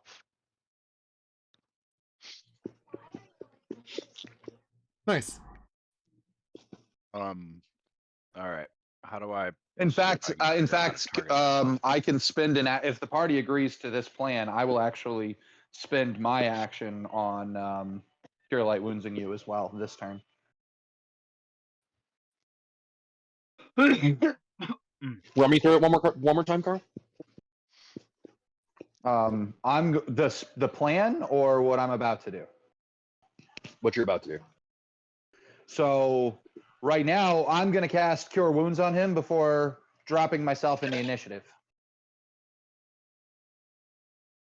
Okay. I mean, I'm back down close to. I have a fixed, pack but slot I have that I'll 54 recover the next time when we do the total, so- thing. Yeah, I that's just healed why you I for did 11, mine. bro. Cool. So I heal you for 11 as I'm reaching for the Bumbershoot from Thick. You covering your mouth? And then I move myself to behind Cirque in the initiative. And basically wait a Daddy, whole I'm nother not- turn we're not- so that he can prepare his reaction. I'm so glad I mowed this morning because it's now raining. Don't interject. Don't interject. I want to make sure everybody's on the same page so we can move forward. Okay. And Cirque goes ahead and prepares his ice spell. Cool. I fly low to the ground when I go so that I don't have to, so that my investigation's easier. I don't want to roll disadvantage on my investigation. Oh, does anybody want to cast guidance on me before my turn? Can I Who cast didn't Bardic do something Inspiration? with their gotcha. turn? I got you. Okay, can you do I'll what, cast guidance. Kirk? Can I cast Bardic Inspiration? For me? Yeah. Sure. How? Cool, I have a D6 and a D4. How do you want to do it? You can dance or you can flute. I wouldn't dance. The ground might explode. Well, Yeah, but I don't give a shit about that. he can always move off of the exploding gonna dance. ground. I'm not moving until I'm off the ground on the fucking Bumbershoot. I'm not risking triggering I'm gonna do shit. a little mime dance. Okay. And eventually, it's gonna end up so it looks like I'm throwing a rock at you, and you physically feel the inspiration hit you and knock your head back a little. Wow. Inspired. He winds it up I like a baseball pitch. Love it. Yes, exactly. That's exactly what I'm picturing in my head. And my But mask it's is with going to give touch me forward. advantage. All right, here we go. The boop. For a 26 plus, I'm going to go ahead and roll the things because I can. 26 plus 5. For a 31, a legendary investigation check from above the thing looking down. The broom has a move speed of 50, so I can, or the Bumbershoot has a move speed of 50, so I can get there and back. But during the flight, my character is literally like freaking the fuck out the whole time. Like he's covering his eyes till he's above the thing, basically. Like, oh god, oh god, oh god, oh god. And we realize he has a fear of flying right now. This Excellent. very moment. Oh, anytime I have to take him somewhere, we're totally flying. I don't care if it's 10 feet. He's a jumper. He can jump 45 feet straight in the air. He doesn't have a problem with the height or anything. It's Yeah, once I know. he's in the That's air, why he we're gonna can't fly. control his jump, so he's like kicking. You see him like kicking in the air as he's flying through the air, thumping the air. Jaime, what does my investigate give me? Your investigation on it, or on the body, actually reveals a satchel on it that is completely unscathed. With my free item interaction, can I grab it? You may. Okay, I snatch it. Like I say, the broom has a movement of 50, so I go into the center, grab it, and I go beyond the center. Basically, so that we can get clear of the thing. Okay, so Does anything erupt at me while I'm flying through? while you're flying, no, you don't touch the ground, do you? Nope. Then nope, nothing erupts on you. Sweet. Yeah, I basically like I'm peeking through. I have one hand on the bumper chute. I have one hand over my face. I'm peeking through my two fingers so that my eyes are like basically covered. And I'm like, oh god, oh god, oh god, oh god, oh god. I look over and I see the satchel as I'm going past, and I'm just like, oh, snatch with the hand, and then it's back up over my face, and I'm just like scraping at my toes, making sure they don't touch the ground, and tucking them up to my body until I make it across to the other side. And once I'm outside of the area, I land the thing. I probably just like let the bumper chute go, which means we both come tumbling to the ground. But that's why I flow low in the first place.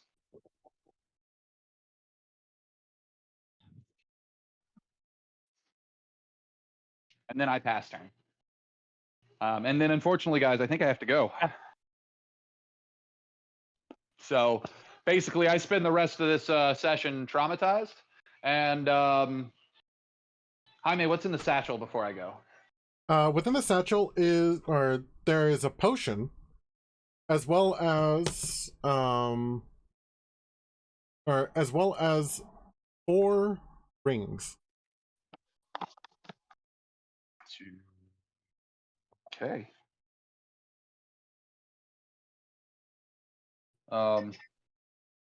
When the group comes back around, I pass all of that to Girk.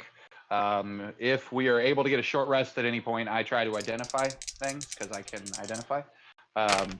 But that's going to have to be something you guys do, and just I hear about it on the recording when I listen to it at work or something, okay? Okay. But otherwise, I am logging out, fellas. It was great to talk to you, and have fun. Enjoy the rest of your night. Yeah. Have Let a me good go. one. Feel free to make Girk's character Crixus, and even be willing to start a wandering monster if you guys decide. Okay. Quick, yeah. Yeah. Have a good night, Carl. Let me Yep. know how it goes tomorrow, and yeah, hit me up when you're up and Yep. ready to go. Yep, absolutely, buddy. Talk to you later. All right, bye. Night, girl. All right, question for you, Jaime. Answer. The sword, is it a specific sword? Do I need to identify it? Is it just a silver sword? Is it just a sword that looked like it was silvered?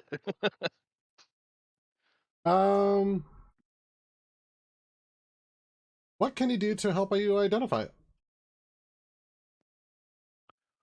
That is an excellent question. Well, for one, should have thought of this before. I can cast detect magic at will Okay. to at least see if it's a magic item.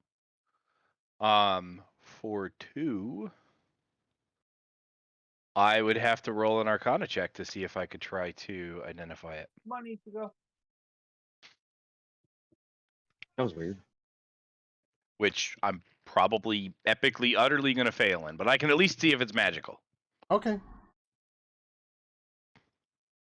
So I'm going to I had to fix my cure wounds and my healing word because they were missing their pluses.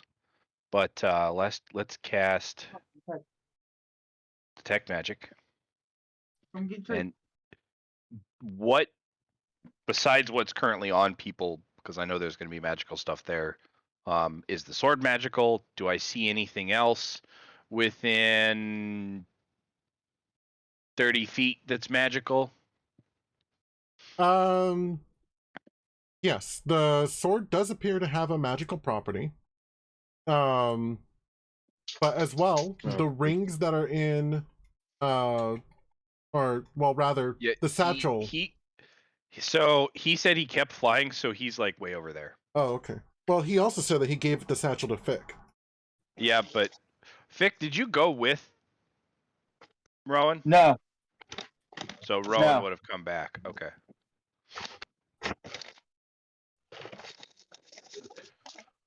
So yeah, I guess that would be with. Okay, so the rings are also magical. Well, yeah, at least detect magic within the satchel.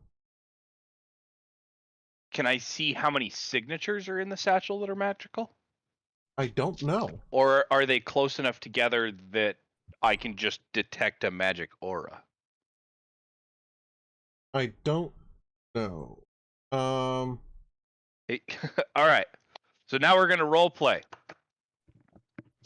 Well, let's see. The way that detect magic works, you can use your action to see a faint aura around any visible creature or object in the area that bears magic. And you learn its school of magic, if any. Ooh. Well, that's nice. So since they're in the satchel, they would not be visible. It does say that you can penetrate most barriers, but it's blocked by 1 foot of stone, 1 inch of common metal, a thin sheet of lead, or 3 feet of wood or dirt.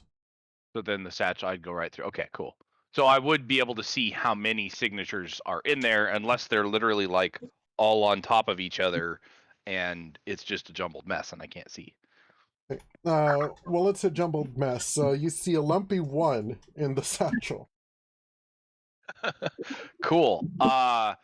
So I'm going to yell at Fick. Hey, there's some magic in that satchel. What's in there? Because I don't know what's in it. Because I think only Rowan looked in it. I'll look in it. No, I'll dump it out on the ground. Can we move a little further away from the fire spouts? I get a look that definitely portrays just fine.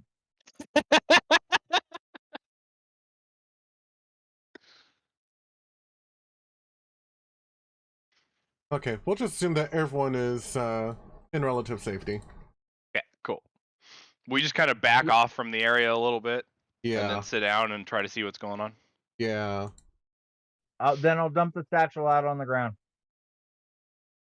Okay, with the contents of the satchel are now on the ground. There was 1 vial of light blue, or 1 vial of light blue fluid, and 4 rings. Are they all magical, or is only one of them magical? Or All two of the items within the satchel are magical. Ooh.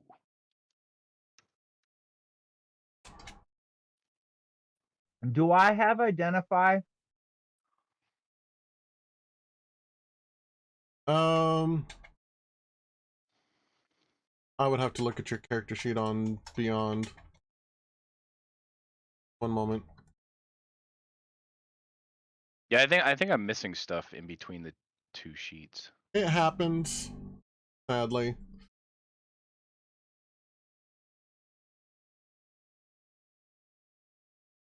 Aren't I?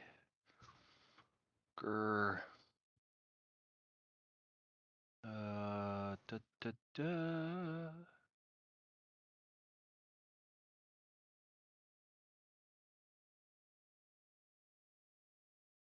Okay, the spells that you have are Mage Hand, Minor Illusion, Cure Wounds, and Illusory Script. Ah.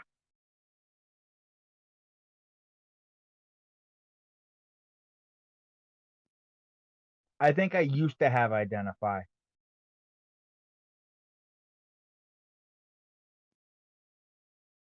Probably. Today's still so in game. Today's still the same as when we were at the. We haven't taken any kind of long rest or anything yet since I've joined. Okay. Mm-mm.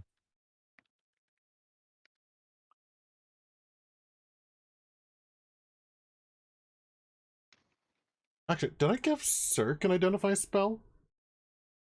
I don't know. That was more of a question to myself. I know, but I felt like answering anyway. Fair While enough. you're looking that up, can I use my herbalism kit and my proficiency with it to see what's in the vial of fluid? You may. Cool. What do I need to roll? Intelligence. And so since I'm proficient in the herbalism kit, it would be intelligence with proficiency? Yes. Okay, so can I just do that and then roll a saving throw since I can add and remove proficiencies from saving throws? Sure. Cool. Because my intelligence is +0. Wow. Way to use the 20 on that. Okay. So, would you like the private message via Facebook or via Discord? Either one works. They're both up. Okay. I'll send it to you on Discord. Oh, nice token, by the way. Right? I liked that the spiral lightning.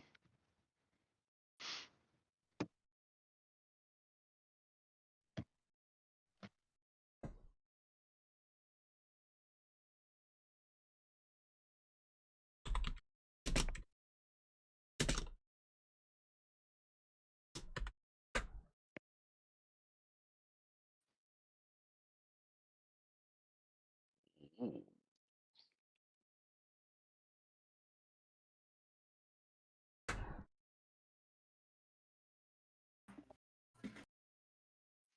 Whoa. Okay.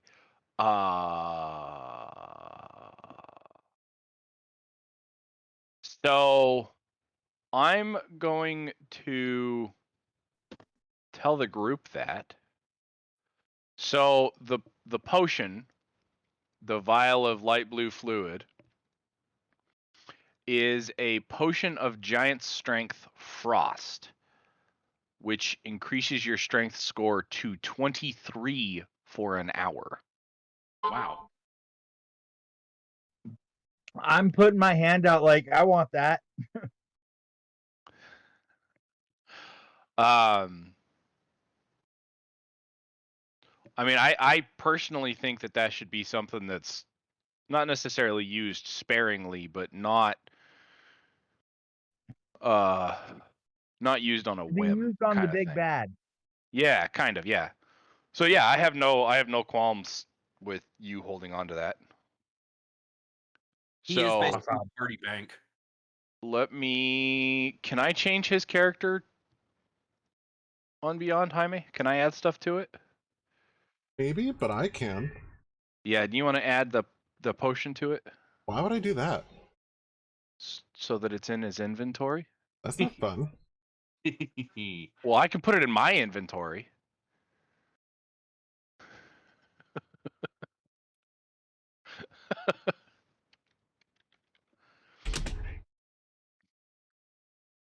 Potion of Frost Giant Strength.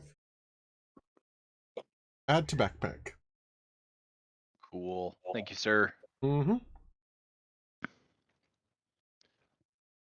I'm actually going to add a new skill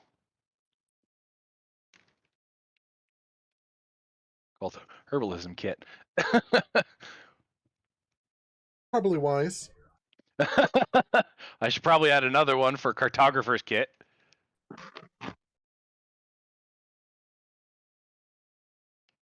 Also wise. What would the Cartographer's Kit use? It depends on the situation. Fair That's kind of the way that 5e works.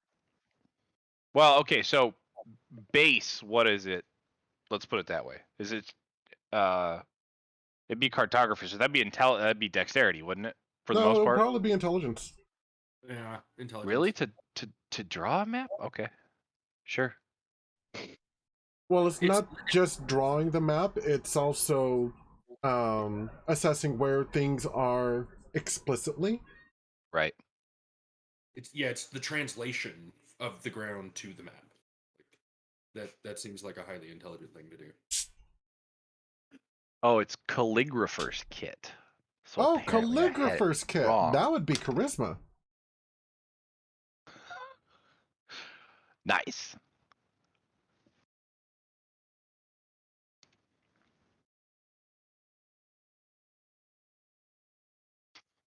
Well, at least that one's a +4.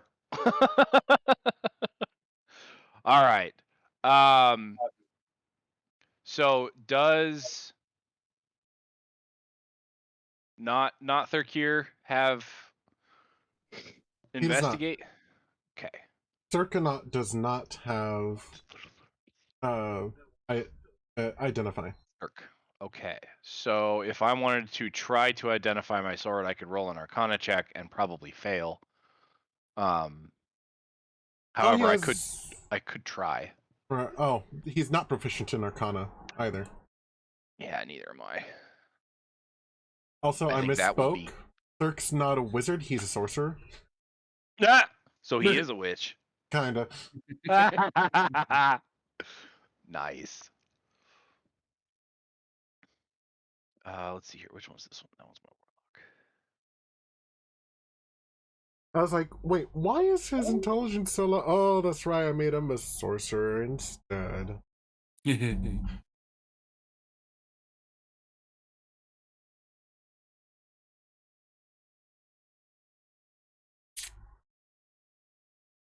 All right, I can't cast identify at all unless I took it under nope, I can't do it under ranger.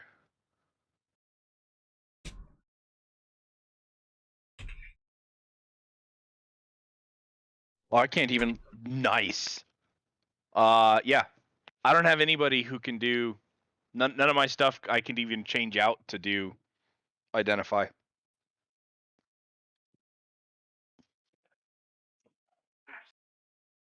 That's sad. All right. If we try to identify without having the identify spell, do we have a chance of breaking and or harming what we're trying to identify? No. Or destroying it in some way? I found the section on identifying a magic item from the Dungeon Master's Guide. I'll go ahead and read that to y'all right now. Sweet. Some magic items are indistinguishable from their non-magical counterparts, whereas other magic items display their magical nature conspicuously. Whatever magic item's appearance, handling the item is enough to give a character a sense that something is extraordinary about it. Discovering a magic item's properties isn't automatic, however. The Identify spell is the fastest way to reveal an item's properties. Alternatively, a character can focus on one magic item during a short rest while being in physical contact with the item. At the end of the rest, the character learns the item's properties as well as how to use the item. Potions are an exception. A little taste is enough to tell the taster what the potion does. Oh, I didn't even have to use my herbalism kit. Nope. Cool. Could have just licked it. Yeah, but my herbalism kit probably didn't use nearly as much of the fluid as licking it would. Meh. Plus, it's a rolled thing, so. Let's see, it does also say that sometimes a magic item carries a clue to its properties. A command word to activate a ring might be etched in tiny letters inside of it, or feather design might suggest that it's a ring of feather falling, for example. Okay. So I'm going Time to look to. at the ring. Yep, I'm going to investigate the sword and see if there's any identified markings, and yeah, I'm sure Girk and Fick are going to do very similar. to the rings.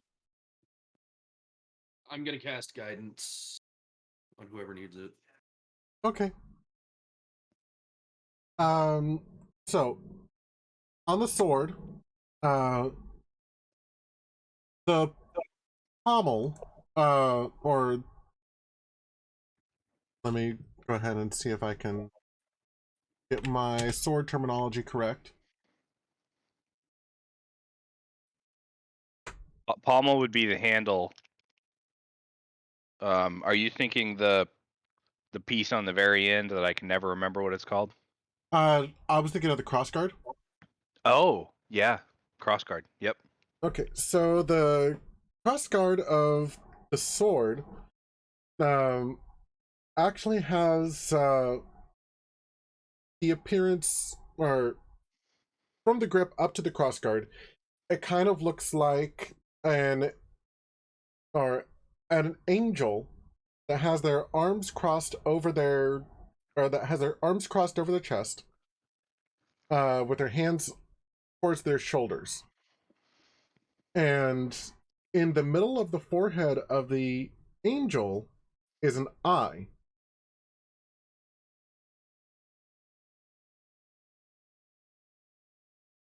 So that is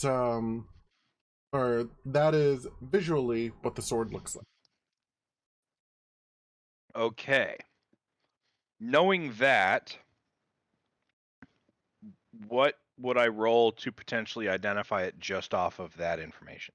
Would that be a history check or a religion check, considering it's an angel?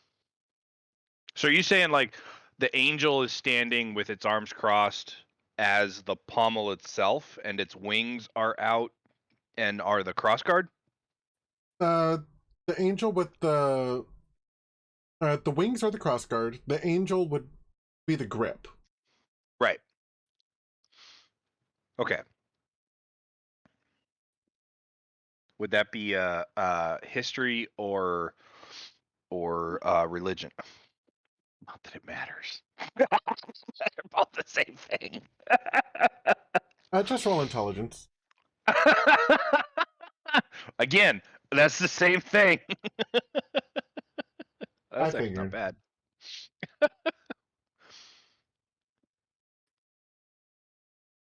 Okay. With a 15, would I be able to guess what this sword is? So, yes, the sword itself is very. You can tell that the magical properties that it has, especially from your detect magic, is very faint. It's very weak magic, but it is divination magic.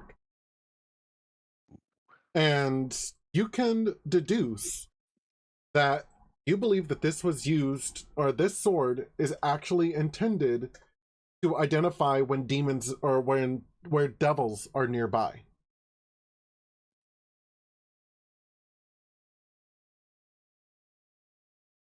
Okay.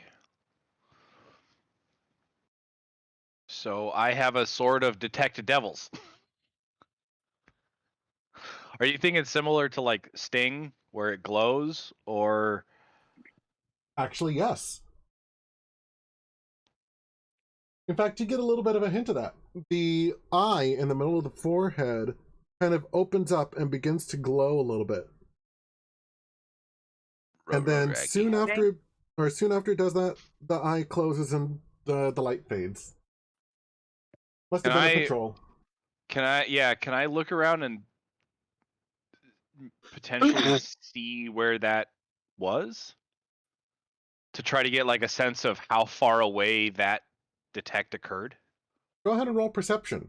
While you're doing that, Gurk. Given the rules of identify, the sword of the alignment sword, I would know all about that by now. Oh, neat. I've had that sword for a while now.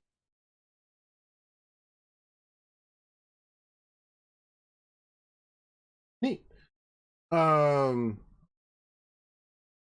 sword. I actually don't remember all the details of that. We'd have to get that from Carl. Ah, no. no worries. Just wanted to bring it up.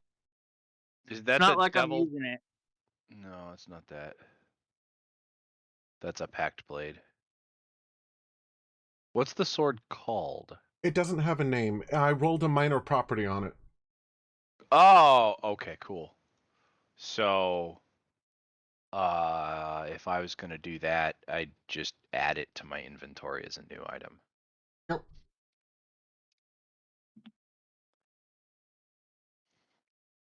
Silver sword. It is a sword and can detect devils. And since we're still on me and Girk hasn't rolled any of his other new stuff yet, I got a 19 on my perception. Okay. I'll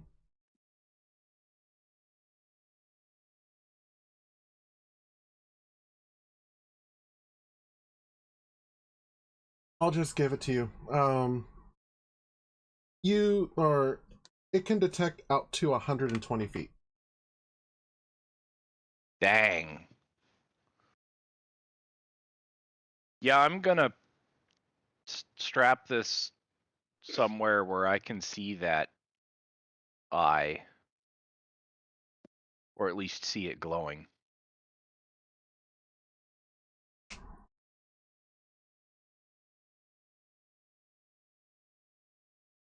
Yee. Okay. But let's see. As far as the rings go, which one did you want to work on first, Girk? 1, 2, 3, or 4? Can I tell him Roll a the d4. Can I tell him the magical properties of each, or the school of each ring, and he can decide from then? Sure. Let me see.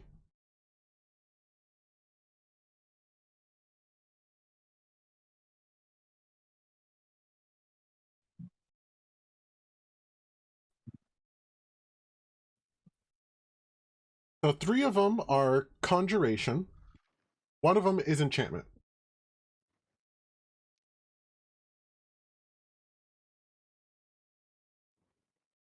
All right, I'm gonna tell him that. Roll a d4 for me. Do it that way. Okay. All right, I I rolled put number ring 3. I put ring 4 in my notes as enchantment, if that's gonna change anything, but you can tell me which one this one is too.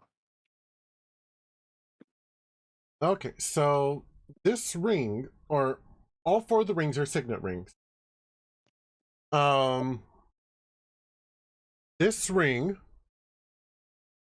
looks like it kind of has the face of a beetle on it, with the horns pointing downwards. Around the sides of the rings, though, are vines, or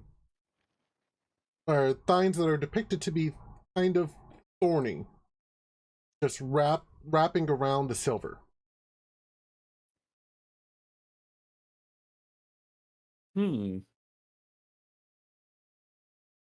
It's the big red button for me. But the last time I put a ring on without knowing what it does, it irrevocably changed me into a griffin. Was Let that me one of the guess. conjuration rings? Jim? Yeah, the only way to get it off, they had to cut my foot off.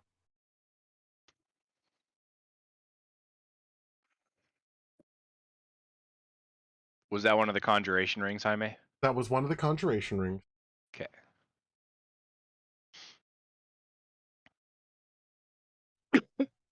And I would roll an intelligence check the same as him. Yes. Then that is what I shall do. Do I have inspiration? You have guidance. Yeah, but Does guidance work on? Yes, you do have inspiration, actually. I'm gonna roll and use my inspiration to roll with advantage. Oh, it is an ability check. Yep. Okay. So it's an Then- ability check with guidance. Yep. Suppose I could have done that with myself, but eh.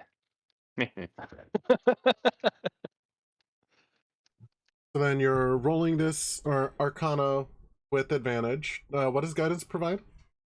D4. D4.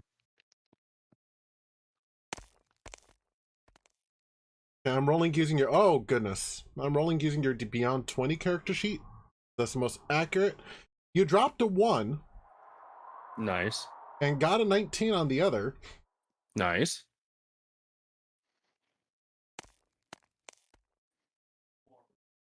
See. So your Arcana check is 22 with plus 3 from guidance. You have a total of 25. Nice. That's a Alright. good roll. You've determined that this ring actually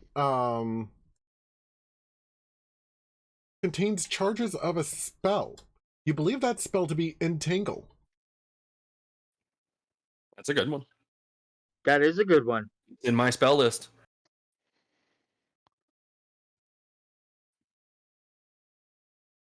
I can use it to make sure that bad guys don't run away from me so I can keep advantage fighting them solo. Mm-hmm.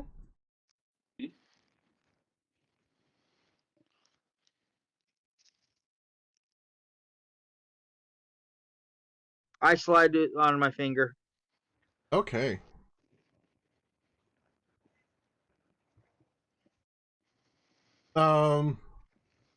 There is, or when you slide it on your finger, there is a little bit of a tingle when you initially do it.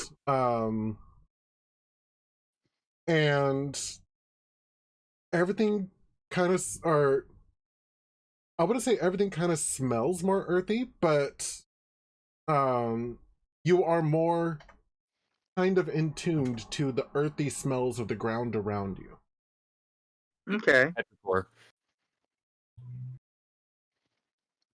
What did you say? The petrichor? I just said petrichor. Yeah, That's pretty the- much. I love being around nerds. Especially writers with vocabulary. Yes, and especially when they put accurate information in TV shows. Yes.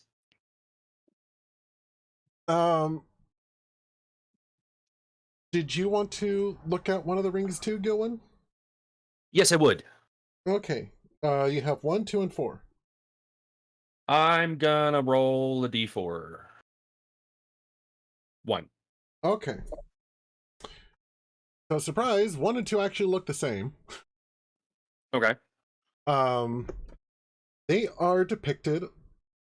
The signet on these is depicted as having a triangle. This triangle has a circle in the middle on the inside, and each one of the 3 points of it perfectly mirrors one another. Like, it is the same image from each of them. On the band around it, it looks like it has inscribed chains on the silver. Okay. Triangle with circle and Are these the other 2 conjurations? Yes. Because I know you. I would have done something like this, but made one of those the enchantment ring, even though it had the exact same look. Well, that would have been mean. I know. It would Little have been bit. awesome.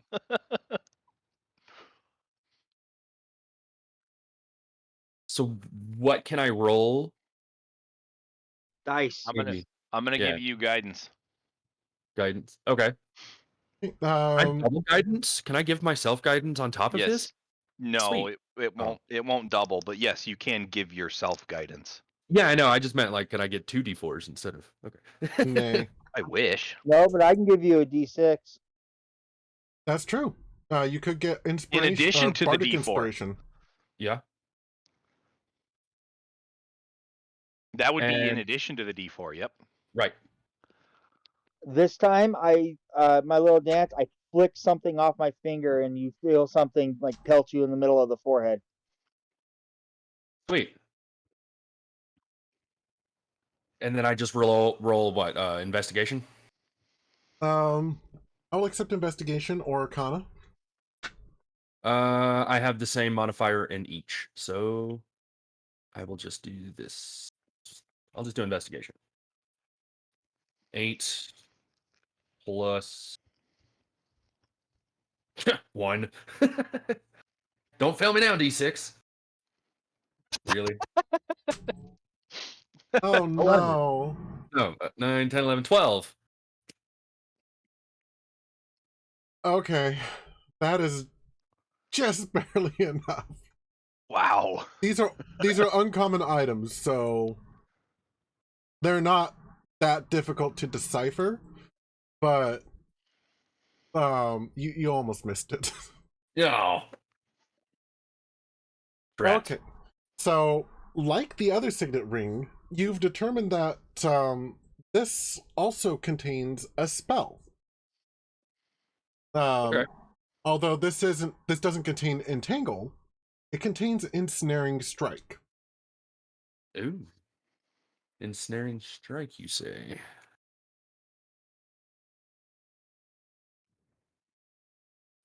As normally ensnaring strike takes the form of writhing masses, or writhing mass of thorny vines. But you actually get the feeling that the image that This these one's would gonna be project chains. would be chains and shackles. Right. Because of the imagery on the band. Right. The next time you Interesting. hit a creature with a weapon attack before this spell ends, a writhing mass of something long and viney appears at the point of impact, and the target must succeed a strength saving throw or be restrained by their magical chains until the spell ends. A large or larger creature has advantage on the saving throw. If they succeed, the ensnare shrivels away. While restrained, the target takes 1d6 piercing at the start of each of its turns. Creature restrained by the vines or one that can touch the creature can use its action to make a strength check against your spell save DC, which I'm assuming since this is a ring, it has its own spell save DC. Yes. So on a success, the target is freed. Nice. So we got 2 rings of ensnaring strike. And from the way that read, that didn't read as a melee attack. That read as when they're hit by a weapon attack. Yeah. Oh, Which that's means- hilarious. Which means it could Which trigger means off you of a could shoot him bow. with a bow, or I could throw my hammer at him. Yeah. I want one of those, please. I'm gonna put one on. And hand Druzzl the other one. Okay. Stop. Is that a dirty dish or no? Right, I was kind of hoping there'd be one. with that, I am actually going to take a quick restroom break. I need to go use the restroom. I guess everyone take a quick bio. Do these Sure. all have to be attuned to? Yes. Okay. I believe that they do take attunement slots. They do. So we can't do anything with these until a short rest. Correct. Cool. Well, Gillen's dying We for a can rest. put them but- on. Yeah, we can put them on, but Okay. When you put those signets on, you get or again, slight tingle when you put them on, but you are kind of filled with a sensation of a lofty ideal. Like like you feel like you're being filled with thoughts of, or just slight kind of in the back of your head thoughts of wisdom and judgment and just you get the feeling of being intellectual without actually being intellectual. Interesting. Nice. Which is hilarious because I think neither of you have really good intelligence. No, wait, Druzzl has really good intelligence. No, I don't. No. I have horrible intelligence. I have a +1 to intelligence. Mine's standard. Which is I have what, 12? that's Yeah. which makes that all the more hilarious. Yeah. Okay. So quick bio. I'll be right back. Sweet.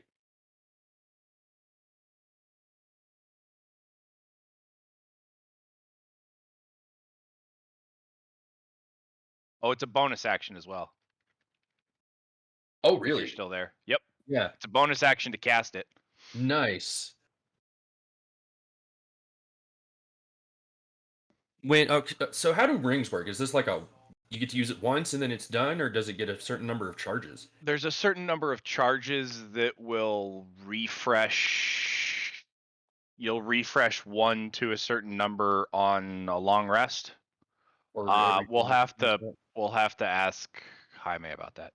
Okay. Cool. New magic item. Yippee. Yep. Actually, several new magic items. That sword seems pretty cool.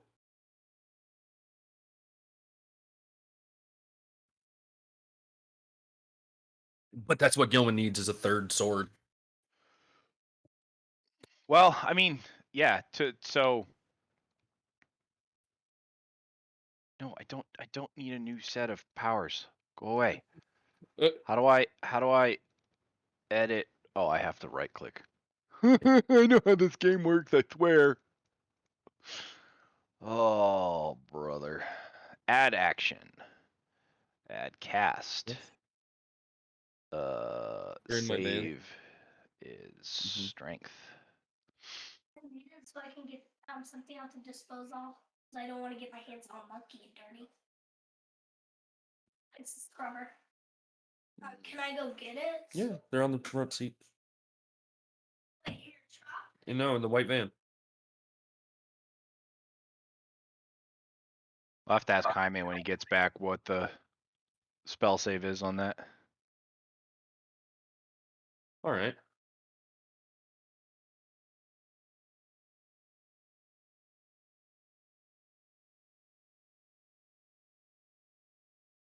I guess I should do the same thing and make.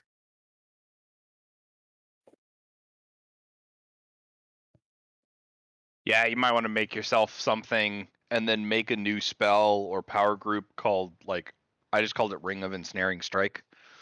Yeah. And I'm like, gonna try a to little see section. if I can put like 3 charges on it or something. Yeah.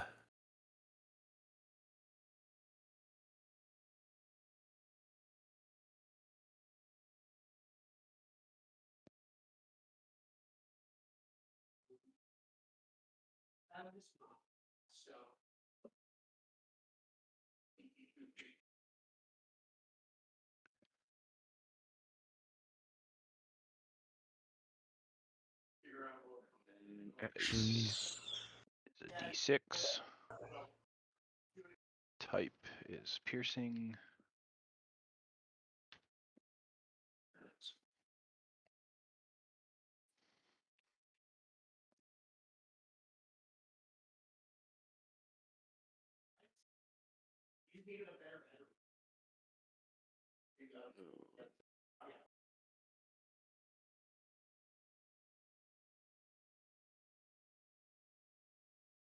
Which one? I'm gonna end up giving my ring to Carl when he gets back, unless he wants the enchantment ring, whatever that turns out to be. Yeah, we'll have to figure out what that one is. Maybe he can identify it and see if he wants it at the beginning of next session. Right. We gotta remember. But don't tell him about the potion. He already he'll know because he's gonna listen to this. Ah, damn it. You should have told me that before I told y'all what it did. I wanted to bust it out as a surprise at one point. Just be like, fuck it. All of a sudden this have a door doesn't need- 23 and just like pick up something that like you shouldn't be able to. Exactly.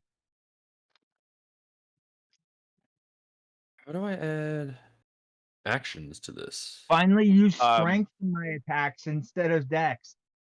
Right click on it, and then it'll be the arrow pointing down and to the right. It'll say add action, and you can add cast, damage, heal, and effect, and you can add multiple ones into each one.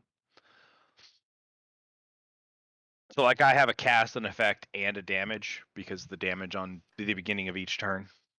Okay. So let me look that up. Library. Oh, I gotta load modules. Oops. Here. Oh, I closed it, didn't I?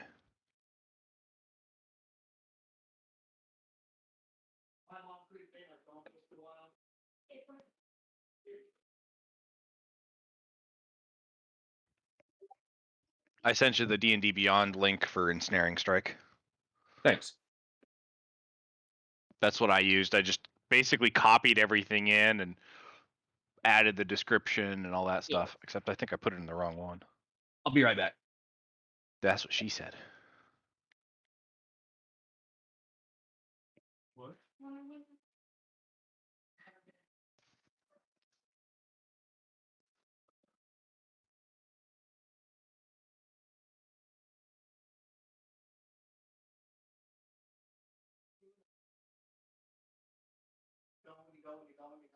Does it slow down? Yeah, that's pretty much. That's anxiety for sure. There's a way to make that push up.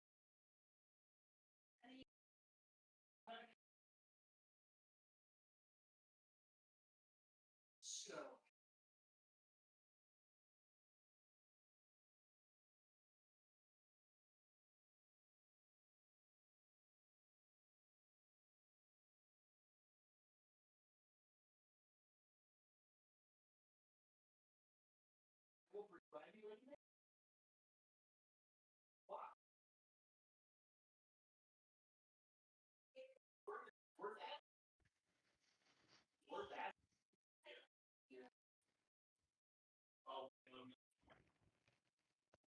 They could give you something that at least will hold you up.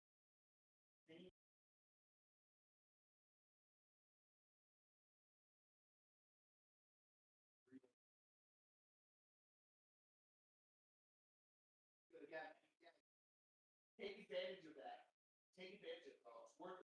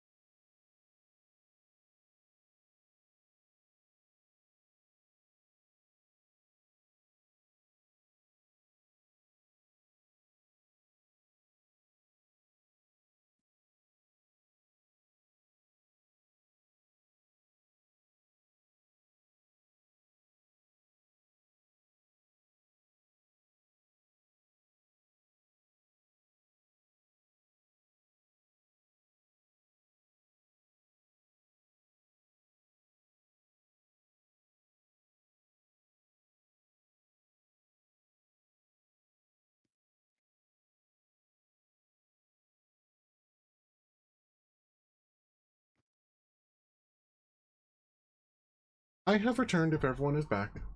Welcome back. We have a quick question. Okay, I have a quick answer. Let's see if they match. What is the save DC number for those rings? Oh, I was gonna say strawberries. You're terrible at this game. I mean, I don't think strawberries will work unless you can give them a numerical value. I'm sure there are many ways to give That's strawberries. all a number. dependent on how many strawberries you have in the basket that you haven't eaten yet. So the save DC associated with these rings is 13. All right. And how many charges per day That you will have to wait until until we Oh. attune? until you attune. That's fine. How You cut How out what? really bad there. how does one? Oh, how does one attune? I'm assuming is what you're trying to say. Yes. Okay. Basically, you just spend a short or long rest with the item with the intent of focusing on attuning it. You can't do anything else during your short rest. Or, I believe, or during a long rest, you can do other things, but at least an hour of your long rest has to be dedicated to it. Yep. That sounds And you right. form a bond to it.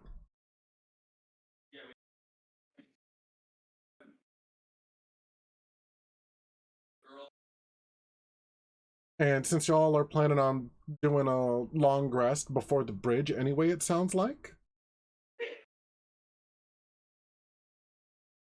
Yes.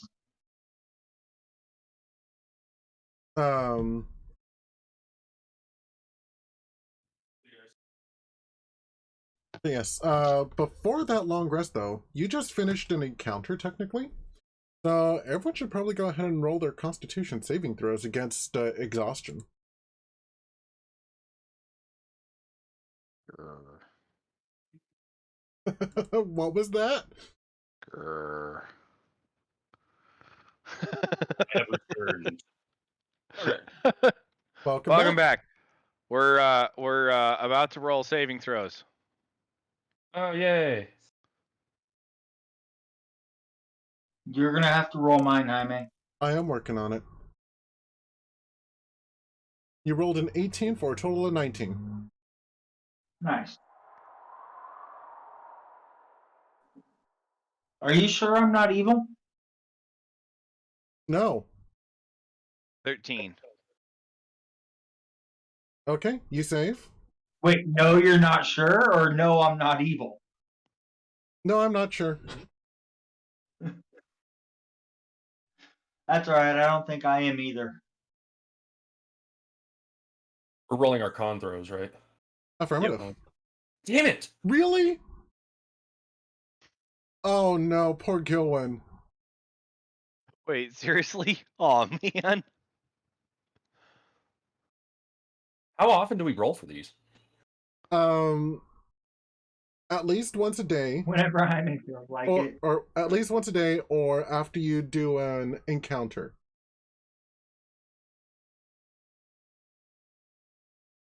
Well, no. Basically, it's after extraneous activity. So So we could get like 4 or 5 in one day, yeah, and then it would take us up to 5 days to remove them. Is there any other way to remove exhaustion other than a long rest? there are spells and abilities that can do that. I'm just thought figuring so. like not restoration, what is it called? Where it basically cures you of everything. But would Remedy from Final Fantasy. would what I did count as extraneous activity? I suppose Yeah. that's fair. You didn't Yeah, I was really gonna say act he didn't during really the do encounter. anything. So I will go ahead and not give you that Yay. level of exhaustion because Yay. because I am a kind and benevolent dungeon master. Thank you, Lord.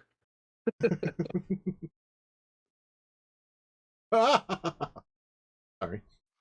Greater restoration removes 1 level of exhaustion. And what spell slot is that? 5th. Ew. The other option is we could kill you and cast Revivify, but nobody knows Revivify either. And doesn't it So- require you to have a diamond? Yes. Yes, it does. Worth at least, I believe, 500 GP. And it consumes it, right? I think I have one Oh, of yeah. those. Yes, it does. No, that the Revivify would be if somebody got to 6. I could see us using that, but I'm pretty sure Revivify is a 3rd or 4th level spell.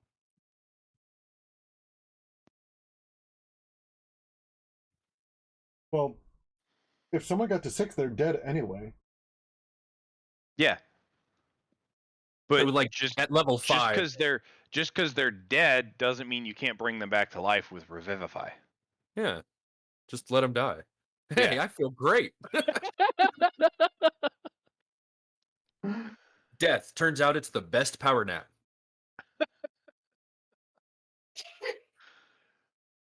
I mean, why not, right? Because dying would cure all of your exhaustion, wouldn't it? It would cure a lot. Okay. I'm not sure if it would cure all of your exhaustion, but yeah, it would. It would definitely I think cure it would depend on how long. a lot of weird things. It would depend on how long you were dead, how Yeah. long that nap was. Yeah, I guess there's that too. Revivify is within the first minute. Then there's one that's within, what is it, 10 days? I think, Jaime. And then there's another one that's like within the last century. That's raised dead. No, there's one that's like you can have a thumb, and as long as they've died within the last 1,000 years, you can bring their entire body back to life. That might be a wish. Yeah. Let's see here. Or isn't there something like a spell of perfect healing or something like that?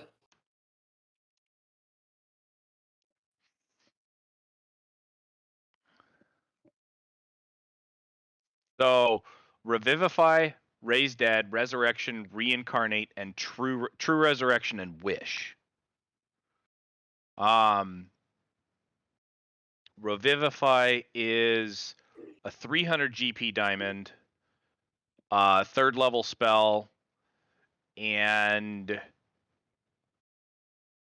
all vital organs have to be intact, and I believe you have to do it within the first minute. Raise Dead is Raise Dead. Reincarnate is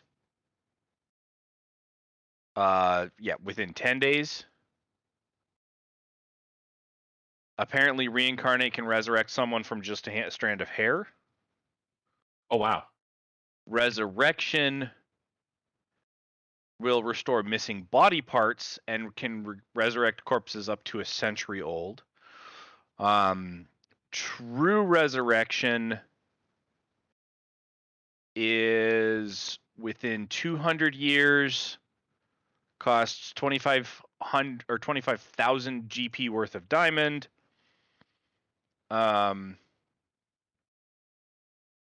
there's no penalties as with Resurrection. So apparently Resurrection is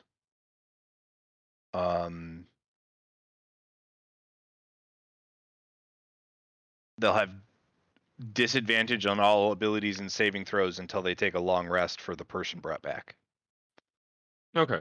And then Wish is Wish. Yeah, everybody knows what Wish does.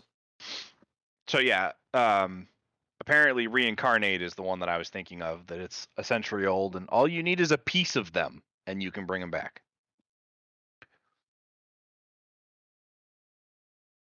Which is a little bit broken considering that's a 6th level spell. I wonder what would happen if someone tried to do that with Vecna. Oh. Get the hand under the eye. Could be interesting. So do we want to I know you don't have a 1st level character, Jaime, but do we want to do a roaming encounter for our 1st levels, or do we want to do something else with this party just minus Carl? Or aside from the bridge encounter, I don't really have anything else prepared. yeah, I didn't think we had anything else for the main campaign. Probably just call it here. That works too. Fair enough. If there's, I didn't figure you would be prepared for an off the cuff kind of thing. so soon. Well, if it's an encounter, he can whip up an encounter in 5 minutes or less. Right. But And since Carl's not here, either Jaime would be driving it or he'd whip up the encounter and I'd try to drive it. But yeah. No, I mean, if y'all want to quit, we can stop. If you want to try to do something else, we can try to do something else. If you want to RP for a little bit, we can RP. Well, if we're going to be quitting, I can tell you what the rings are because you'll be bonding to them. I thought we were removing the short rest in between sessions. But you were planning on taking a long rest before tackling the bridges anyway, especially with Gilwin having 1 level of exhaustion. Yes, Yeah. but I figured there might be some RP things that Carl might want to do as part of the long rest. Fair. So I figured we could do the long rest at the beginning of the session and then run from there. Okay. I mean, if you want to give it to us now, we can do it now, or we can, because we still have to identify that other ring. 2 of the rings look the same. Yeah, but we still have to identify the enchantment ring. Oh, right. There's that one. We figured Okay. we could let Carl crack at that one. Or I figured we could let Carl crack at that one. I'm okay with this as the boss of the party, the lead. I'm okay with this decision. All right. Then I guess we'll go ahead and call it there.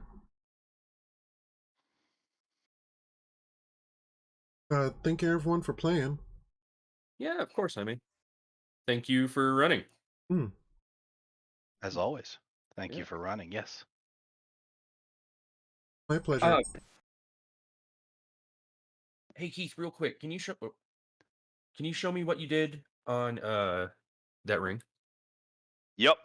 Let me go back to live again. So the ring itself, I just called it a ring of ensnaring strike and equipped it. Right. My hammer is